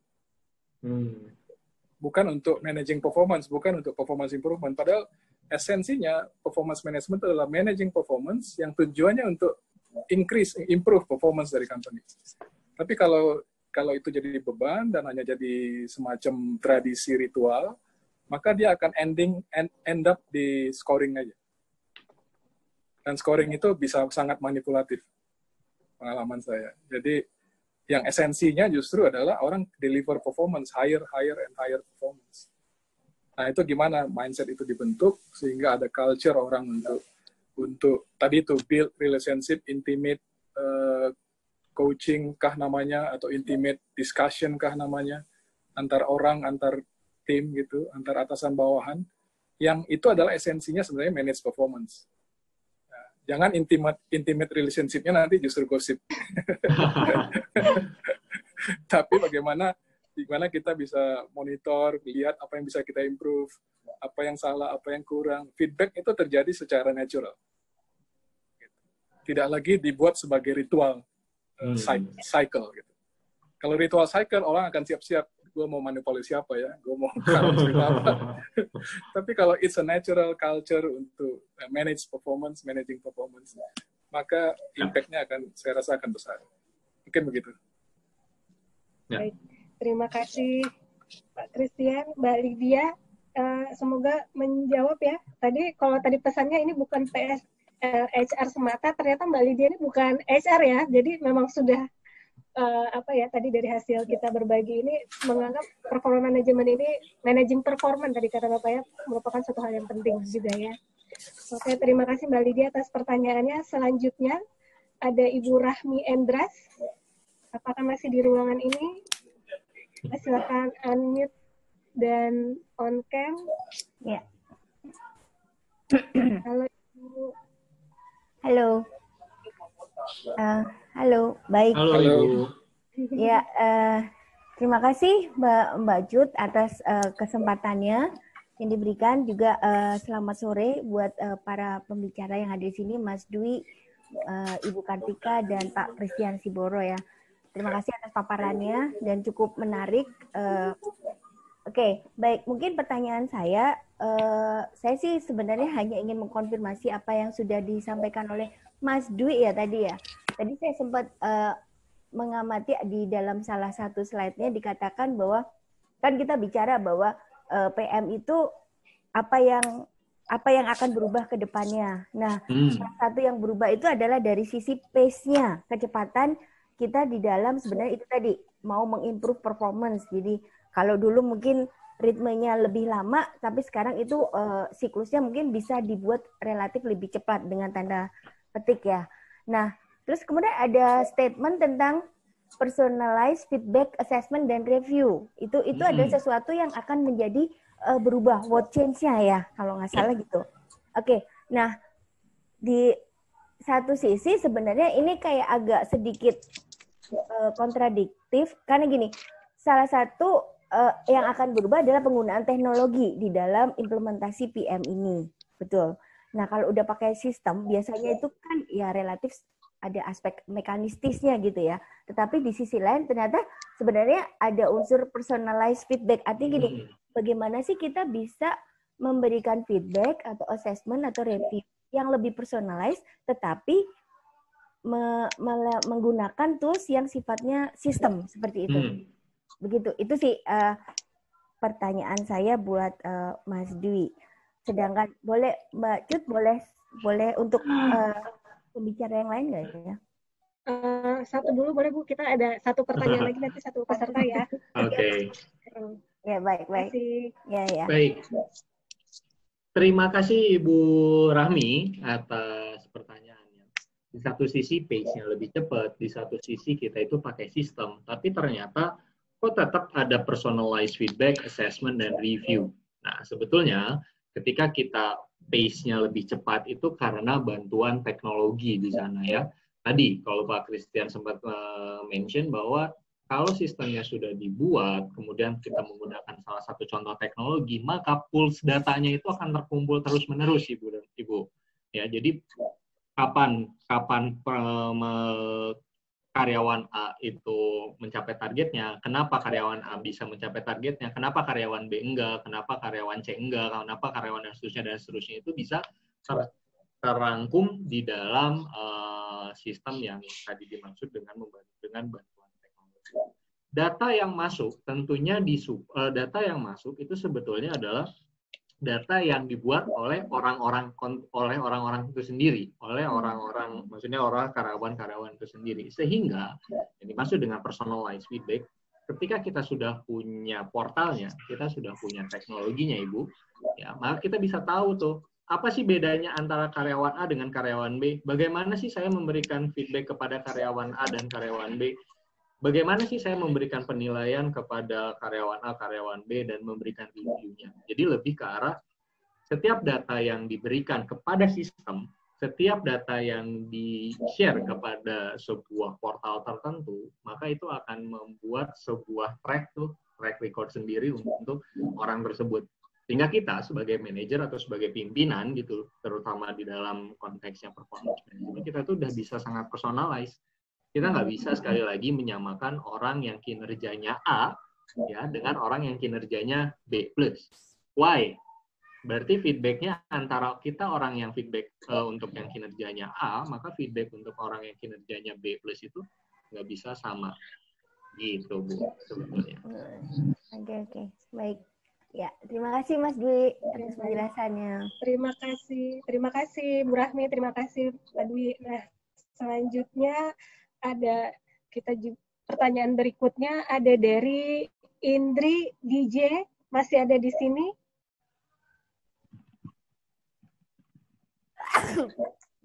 Bapak atau Ibu Indri DJ, boleh silakan unmute dan on cam. Ini adalah pertanyaan terakhir ya Bapak Ibu, ini ada satu sesi ini kita bisa menampung 3 penanya. Apakah masih ada di ruangan? Mbak Ade, boleh dibantu? Nggak bisa di-unmute. Oke, silahkan atau mau diketik di chat? Tadi sudah raise hand duluan. Mungkin sulit untuk unmute, boleh pakai chat saja. Bu Indri atau Bu Indri sepertinya ya?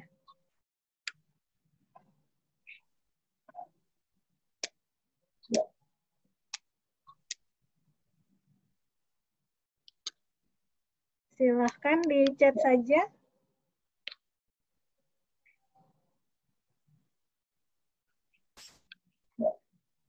Saya skip kalau begitu ya. Mohon maaf atau ada nih. Oke, baik. Saya skip kalau begitu. Nah, ini ada pertanyaan dari Riva Herdian ya melalui chat, atau masih ada beliau di ruangan ini? Boleh on cam dan unmute. Nah, ini ada pertanyaan nih untuk Pak Christian Siboro. Ya. Atau ada beliau di sini? Riva Herdian.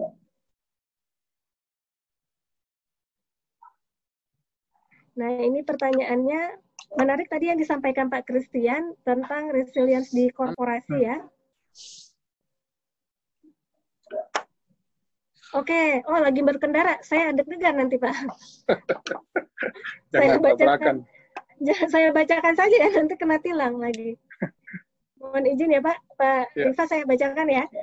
Tadi ini ya Pak, ada di mana COVID-19 berdampak pada korporasi global ya. Kita melihat bagaimana korporasi top dunia bertumbangan. Nah, menurut Pak Christian, bagaimana strategi kunci agar korporasi di Indonesia Pak, khususnya yang di domestik dan global, untuk tetap bisa bertahan. Nah, lalu bagaimana performance manajemen bisa memberikan alert atas dampak pandemi saat ini dan ke depannya? Oke. Christian, silakan. Pertanyaan berat ini. Waduh. Karena ini adalah isu sekarang gitu ya, isu yang harus menjadi challenge bagi banyak perusahaan memikirkan bagaimana membangun resiliensi. Experience kita sekarang ini yang jarang-jarang diperoleh, krisis global dengan pandemi sekarang ini, yang berbeda karakternya dengan 2008, 1998. Walaupun esensinya tetap sama, esensi resiliensi, daya tahan. Cuman hal yang sekarang terjadi sekarang ini makin menuntut daya tahan yang tinggi dari perusahaan. Nah ini saya terus terang belum tahu jawaban pastinya seperti apa, tapi saya sampaikan tadi itu karena itu menjadi isu ke depan dalam performance. gimana membangun daya tahan, dan itu tidak one night tiba-tiba jadi gitu ya. Dibangunnya harus dengan konsistensi dan dengan arah yang tepat gitu. Karena selama ini kan orang, pengalaman saya tidak sedikit perusahaan-perusahaan itu yang short-sighted gitu. Lihatnya tuh jangka pendek. Bagaimana di saat dia mimpin gitu, di saat dia jadi bos misalnya atau jadi top management, ya kinerjanya baik gitu. Pokoknya di situ di periode itu aja, dia nggak yang lebih long term, melihat sustainability dan resiliency. Nah ini satu mungkin yang nanti bisa jadi arah ke depan yang mungkin bisa menjawab ini adalah bagaimana membangun kapabilitas inovasi di dalam organisasi. Ini salah satu topik penting juga sekarang di banyak perusahaan, di mana punya daya inovasi yang tinggi. Nah ini satu hal yang sangat cocok atau sangat penting dimiliki dalam situasi yang turbulen dan dynamic environment. Kesuksesan satu produk di satu market di saat ini belum tentu bisa bertahan di esok hari atau di market yang berbeda atau di situasi yang akan terjadi ke depan. Sehingga bagaimana mindset bahwa sukses produk itu bisa jadi doom atau bisa jadi kutukan di depan. Gitu. Oke, successful product itu akan di saat ini memberikan revenue yang besar, tapi itu bisa jadi doom atau jadi bahaya bagi perusahaan ke depan kalau dia merasa nyaman dengan kesuksesan produk yang ada saat ini.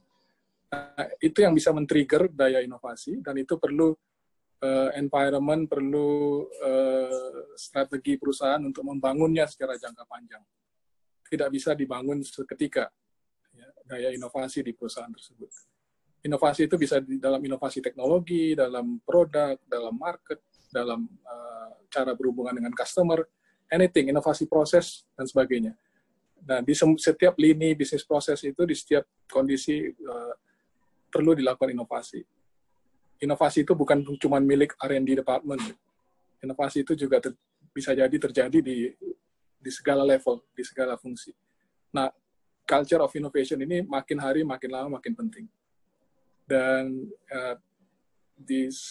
dengan melihat sekarang ini, dengan melihat berbagai referensi, pengalaman, salah satu yang saya bisa sampaikan saat ini adalah kuncinya itu bagi perusahaan kecil, besar, menengah, dan sebagainya, itu adalah inovasi. Salah satunya. Terima kasih. Baik, terima kasih Pak Christian atas jawabannya. Mungkin Mbak Tika mau menanggapi Mbak Tika untuk pertanyaan dari yang tadi ditanyakan terkait dengan pandemi ini, gimana nih bertahan? Ya, jadi ini juga yang sebenarnya menjadi salah satu challenge gitu ya bagi Ruang Guru dan juga bagi kami HR. Sebagai contoh, sebenarnya ketika masa pandemi ini kami sudah 4 bulan working from home by default. Tentunya dalam 4 bulan itu apakah karyawan ternyata lebih produktif? Jawabannya tidak. Kenapa kami tahu ini? Karena kami melakukan secara intensif setiap rata-rata 2 minggu sekali survei cepat melalui Workplace by Facebook, chatbot, dan juga G-Form yang kami circulate ke seluruh karyawan untuk ngecek bagaimana productivity kamu menurut kamu. Kami juga punya opininya. Dan apakah kamu merasa lebih engage ketika WFH? Jawabannya ternyata surprisingly, teman-teman yang working from home itu merasa tidak lebih produktif dibandingkan mereka work from office secara parsial atau split A/B team gitu, bergantian gitu. Nah, menindaklanjuti tadi tanggapan yang Pak Christian sampaikan, saya sangat setuju gitu. Jadi apa strategi kunci supaya kita bisa minimal survival mode dulu lah ya. Setelah itu juga baru memastikan kontinuitas dari bisnis dan organisasi gitu. Selain inovasi, menurut saya juga sebenarnya saat ini kita tidak bisa bekerja dengan mindset yang sama gitu. Kita berharap bahwa keadaan kembali seperti normal sebelum pandemi, jawabannya tentu tidak. Gitu. Kalaupun insya Allah nanti insya Allah kamu pasti ada datang dan pergi insya Allah gitu ya. Situasi ini membaik, kita kembali pulih dalam semua sisi, kita juga bisa beraktivitas seperti sebelumnya, tapi tetap dalam bekerja, kemudian bagaimana kita berinteraksi satu sama lain dalam organisasi, bagaimana cara kita mengambil keputusan itu pasti berbeda. Gitu. Karena kita belajar dalam selama pandemi ini bahwa kita harus mengubah cara kerja kita, bahwa cara kerja kita yang sebelumnya itu ternyata tidak lebih efektif misalnya gitu ya, ketika nanti di situasi next normal atau new normal. Nah, jadi saat ini contohnya di Ruang Guru, saya kembalikan salah satu praktisnya. Saat ini instead of kita menanyakan engagement rate mereka, justru kita menanyakan sanity rate mereka gitu, atau cek kewarasan gitu ya, dibandingkan engage atau tidak gitu. Kita lebih peduli dengan apakah kamu baik-baik saja gitu. Apakah kamu membutuhkan support dari sisi mental gitu. Itu salah satu bentuk inovasi mungkin yang bisa dilakukan oleh HR. Dan instead of kita bicara mengenai oke, kita nambah lagi working space karena karyawan Ruang Guru di Jakarta aja udah 1.200 gitu ya. Kita tidak bicara mengenai penambahan working space, tapi kita bicara mengenai apa facility atau support yang bisa kita berikan untuk rekan-rekan tetap bekerja nyaman, aman, sehat dari rumah gitu. Buat mereka yang butuh imunisasi, gimana ya caranya supaya mereka nggak perlu ke rumah sakit gitu? Apa perlu kita sediakan atau sewa klinik misalnya atau sewa rumah, panggil dokter ke sana seperti itu gitu. Nah itu kita terus berpikir gitu ya, apa yang sebenarnya karyawan butuhkan, bagaimana cara bisa membuat mereka lebih produktif gitu. Itu dari salah satu saja HR creative thinking yang sekarang sedang dilakukan oleh saya dan tim. Sebagai contoh lagi kami menyediakan internet allowance gitu ya bagi teman-teman. Jadi dibandingkan allowance yang mungkin bentuknya sebelumnya catering allowance atau mungkin mobility allowance, sekarang lebih penting internet allowance ternyata gitu ya. Jadi Kak Tika, kami manggilnya kakak di Ruang Guru, Kak Tika kayaknya lebih enak wifi ini Kak Tika, mendingan saya langganan wifi gitu ya, dibandingkan saya harus beli data setiap hari top up setiap bulan seperti itu. Jadi mindset juga penting, selain tadi memang menumbuhkan culture inovasi juga, dan saya setuju dengan Pak Christian, ini bukan masalah ada di startup, corporate, usaha kecil, menengah, besar, ini ada di semua lini dan ada di dalam semua tim. Tidak hanya tim bisnis, tapi juga semua yang ada di dalam organisasi. Terima kasih Mbak Jun dan Pak Rika. Terima kasih Mbak Tika. Mungkin dari Pak Dwi mau menanggapi? Baik, jadi ini adalah sebetulnya kita lihat sisi yang positifnya justru ya, bahwa dengan adanya pandemi ini berat itu pasti gitu ya, tapi redefining how we work, redefining the performance gitu ya, justru ini menjadi saat yang tepat. Bahkan ada beberapa jokes yang bilang ibu bapak gitu ya, bahwa apa yang mendorong digital transformation di perusahaan Anda ya, jokesnya adalah COVID-19.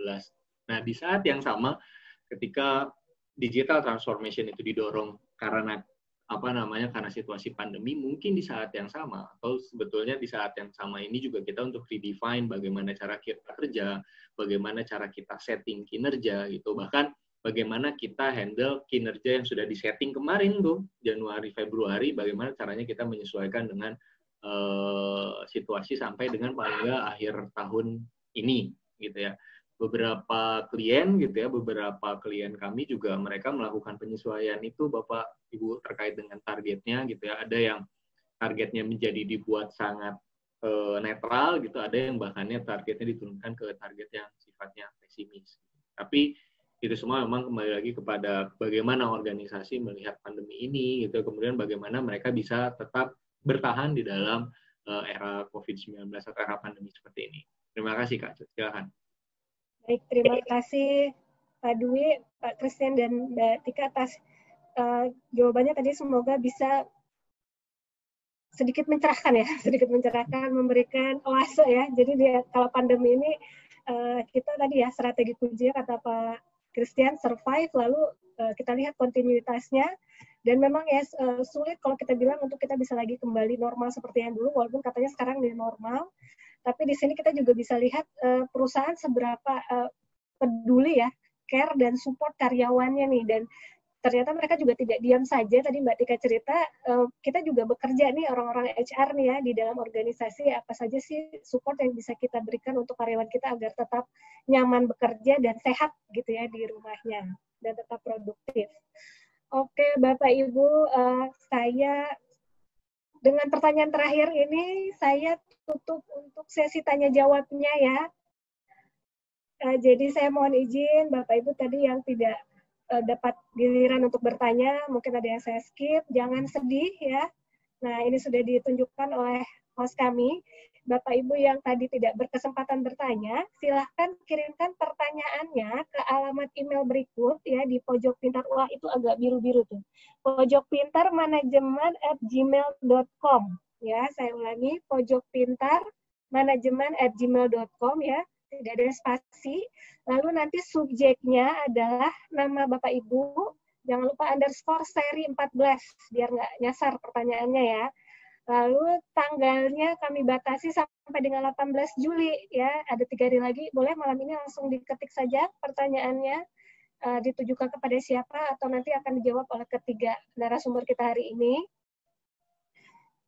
Nah, selanjutnya ini kita sudah hampir di penghujung acara ya. Saya mau menyimpulkan apa yang tadi saya bikin notulensi ya, bukan bikin kesimpulan tentang materi hari ini ya. Kalau tadi yang saya sangat menarik sekali itu tadi ya kata Pak Christian, managing performance ya. Jadi bagaimana kita mengelola kinerja tidak hanya individu, tapi juga ujung-ujungnya ya performanya organisasi ya Bapak Ibu ya.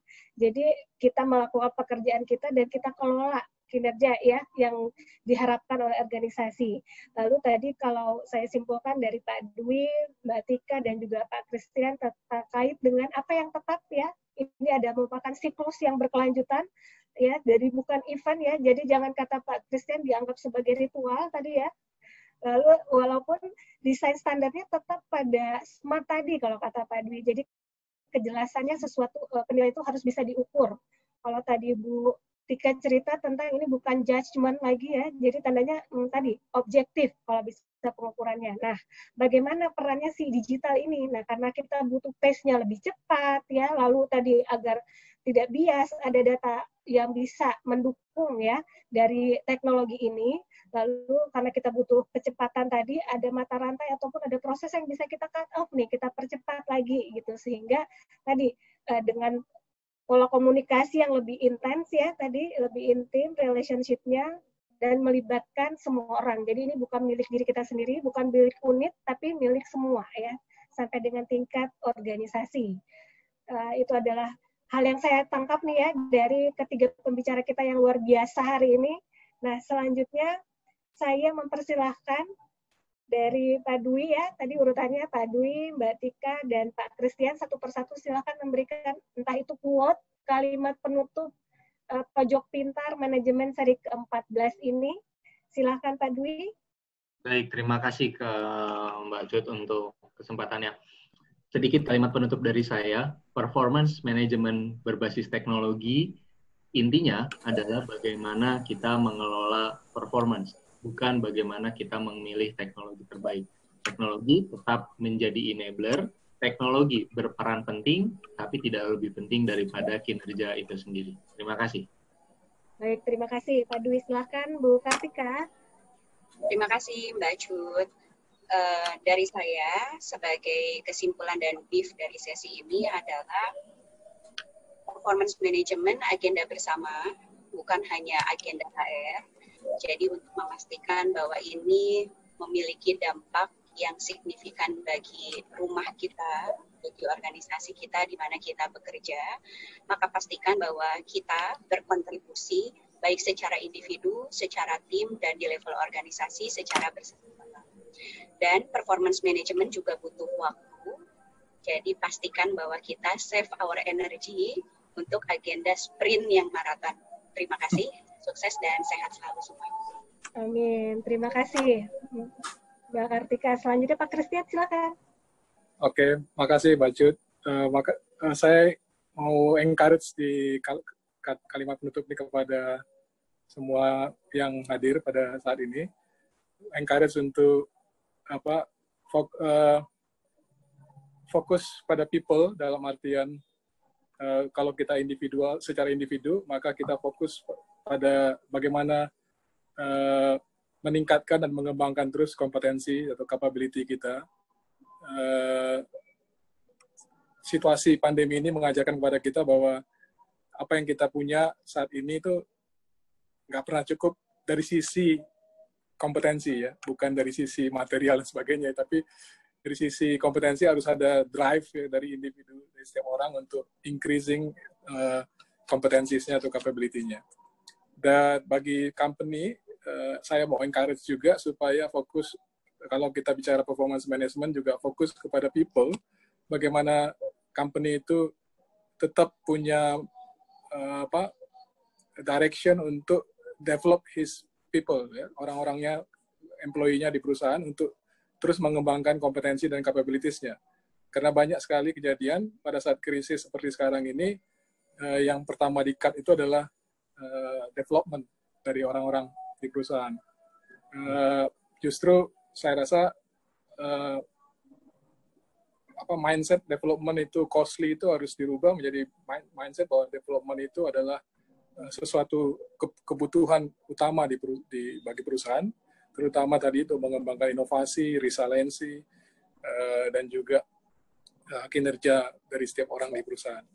Itu yang mungkin saya sampaikan di penutup ini, Mbak Jut, terima kasih. Terima kasih Pak Christian, cukup ini ya, insightful sekali penutupnya dari Bapak dan Ibu. Saya ucapkan terima kasih secara pribadi ya, dan saya mohon maaf jika tadi pada saat moderatori mungkin ada yang kurang berkenan ya untuk para pembicara. Nah, selanjutnya kita sudah di penghujung acara. Sesi ketiga ini adalah sesi feedback. Sobat PPM silahkan mengisi link feedback-nya, ada barcode-nya, silahkan di-scan ya, ataupun klik di bit.ly feedback PPM 14 ya. Nanti akan ada pop-up message-nya sehingga Bapak Ibu akan secara otomatis dapatkan link share G Drive-nya, jadi ditunggu sampai ada pop-up message-nya. Oke, jadi kami mohon mendapatkan masukan dari Bapak Ibu, feedback untuk perbaikan ke depannya. Oke, kita lanjut ya. Nah, selanjutnya ini bukan terakhir ya, Pojok Pintar bukan sesi terakhir, nanti ikuti terus Pojok Pintar Manajemen di seri selanjutnya. Nah, ini juga ada beberapa kegiatan kami Bapak Ibu, jika tertarik dan berminat, nah ini ada nomor telepon yang bisa dihubungi ya, ada soft skill for leaders to create value in pandemic COVID-19 era. Ya, siapa saja yang harusnya ikut ya, ataupun Bapak Ibu memang berminat, silakan cari tahu, silakan hubungi kontak personnya. Tanggal 28 sampai 30 Juli ya, silakan dicek kalendernya, kalau kosong boleh dibook dulu. Ada lagi nggak Mbak Ade kita kegiatannya? Nah, ada ini juga nih, terkait dengan info session EM dan MME mengenai program Magister Manajemen PPM dan berbagai keunggulannya. Ini juga ada kegiatan kami, ada bintang tamunya juga. Ini tanggalnya 23 Juli ya. Jadi silahkan Bapak Ibu jika tertarik dengan lulusan-lulusan kami tadi ya, mungkin tertarik untuk tahu lebih dalam bagaimana nih PPM School of Management, silahkan mampir ikut serta. Ada barcode-nya untuk pendaftaran. Ada lagi, Mbak Ade? Nah, ini juga nggak kalah penting ya, Mastering Virtual Leadership in the New Normal Era. Ini teman-teman saya semua nih, ada senior saya juga, ada dosen-dosen saya. Ya, jadi Bapak Ibu silahkan pilih atau mau pilih ke 6-6-nya nih untuk ikut serta. Dari bulan Agustus ya, sampai dengan September, silahkan lagi cek kalendernya. Ada paket menarik jika pilih 1, 3, atau 6 topik ya. Waktunya juga tidak terlalu lama ya, jadi sangat bisa mengisi waktu luang Bapak Ibu. Bagaimana Mastering Virtual Leadership in the New Normal Era. Ada kontak personnya juga. Ada lagi Mbak Ade? Oke, jadi tunggu informasi kami berikutnya terkait dengan Pojok Pintar Manajemen seri selanjutnya ya Bapak Ibu ya. Nah, Sobat PPM yang berbahagia, Alhamdulillah, Pojok Pintar Manajemen seri ke-14 pada hari ini telah terlaksana dengan baik ya. Saya dan juga mewakili peserta, kami ingin mengucapkan terima kasih kepada ketiga narasumber kami yang luar biasa, Pak Dwi, Bu Kartika, Pak Christian ya, terima kasih sudah menyempatkan waktunya untuk berbagi pengetahuan dan pengalamannya kepada kami semua ya. Juga kami doakan sehat selalu untuk Bapak dan Ibu sekeluarga ya. Semoga kita ada kesempatan ketemu fisik ya Bapak Ibu. Lalu saya juga mengucapkan terima kasih kepada peserta ya yang sudah menyimak acara kita hari ini dengan antusias, positif, dan kolaboratif. Jadi, kalau memang ada yang belum saya bisa fasilitasi, ya, mohon maaf jika ada yang kurang berkenan tadi selama saya memandu acara. Kita boleh reaction dulu, beri tepuk tangan untuk kita semua, Bapak Ibu, boleh gunakan reactionnya. Ya, kita masih menyempatkan waktu untuk mendapatkan ilmu-ilmunya ya. Semoga sehat selalu dan pantang berhenti berkarya walau di rumah aja. Saya mewakili pembicara dan tim Pojok Pintar pamit. Sampai bertemu lagi di seri Pojok Pintar dan kegiatan PPM lainnya. Oke, sampai bertemu Mbak Tika, Pak Christian.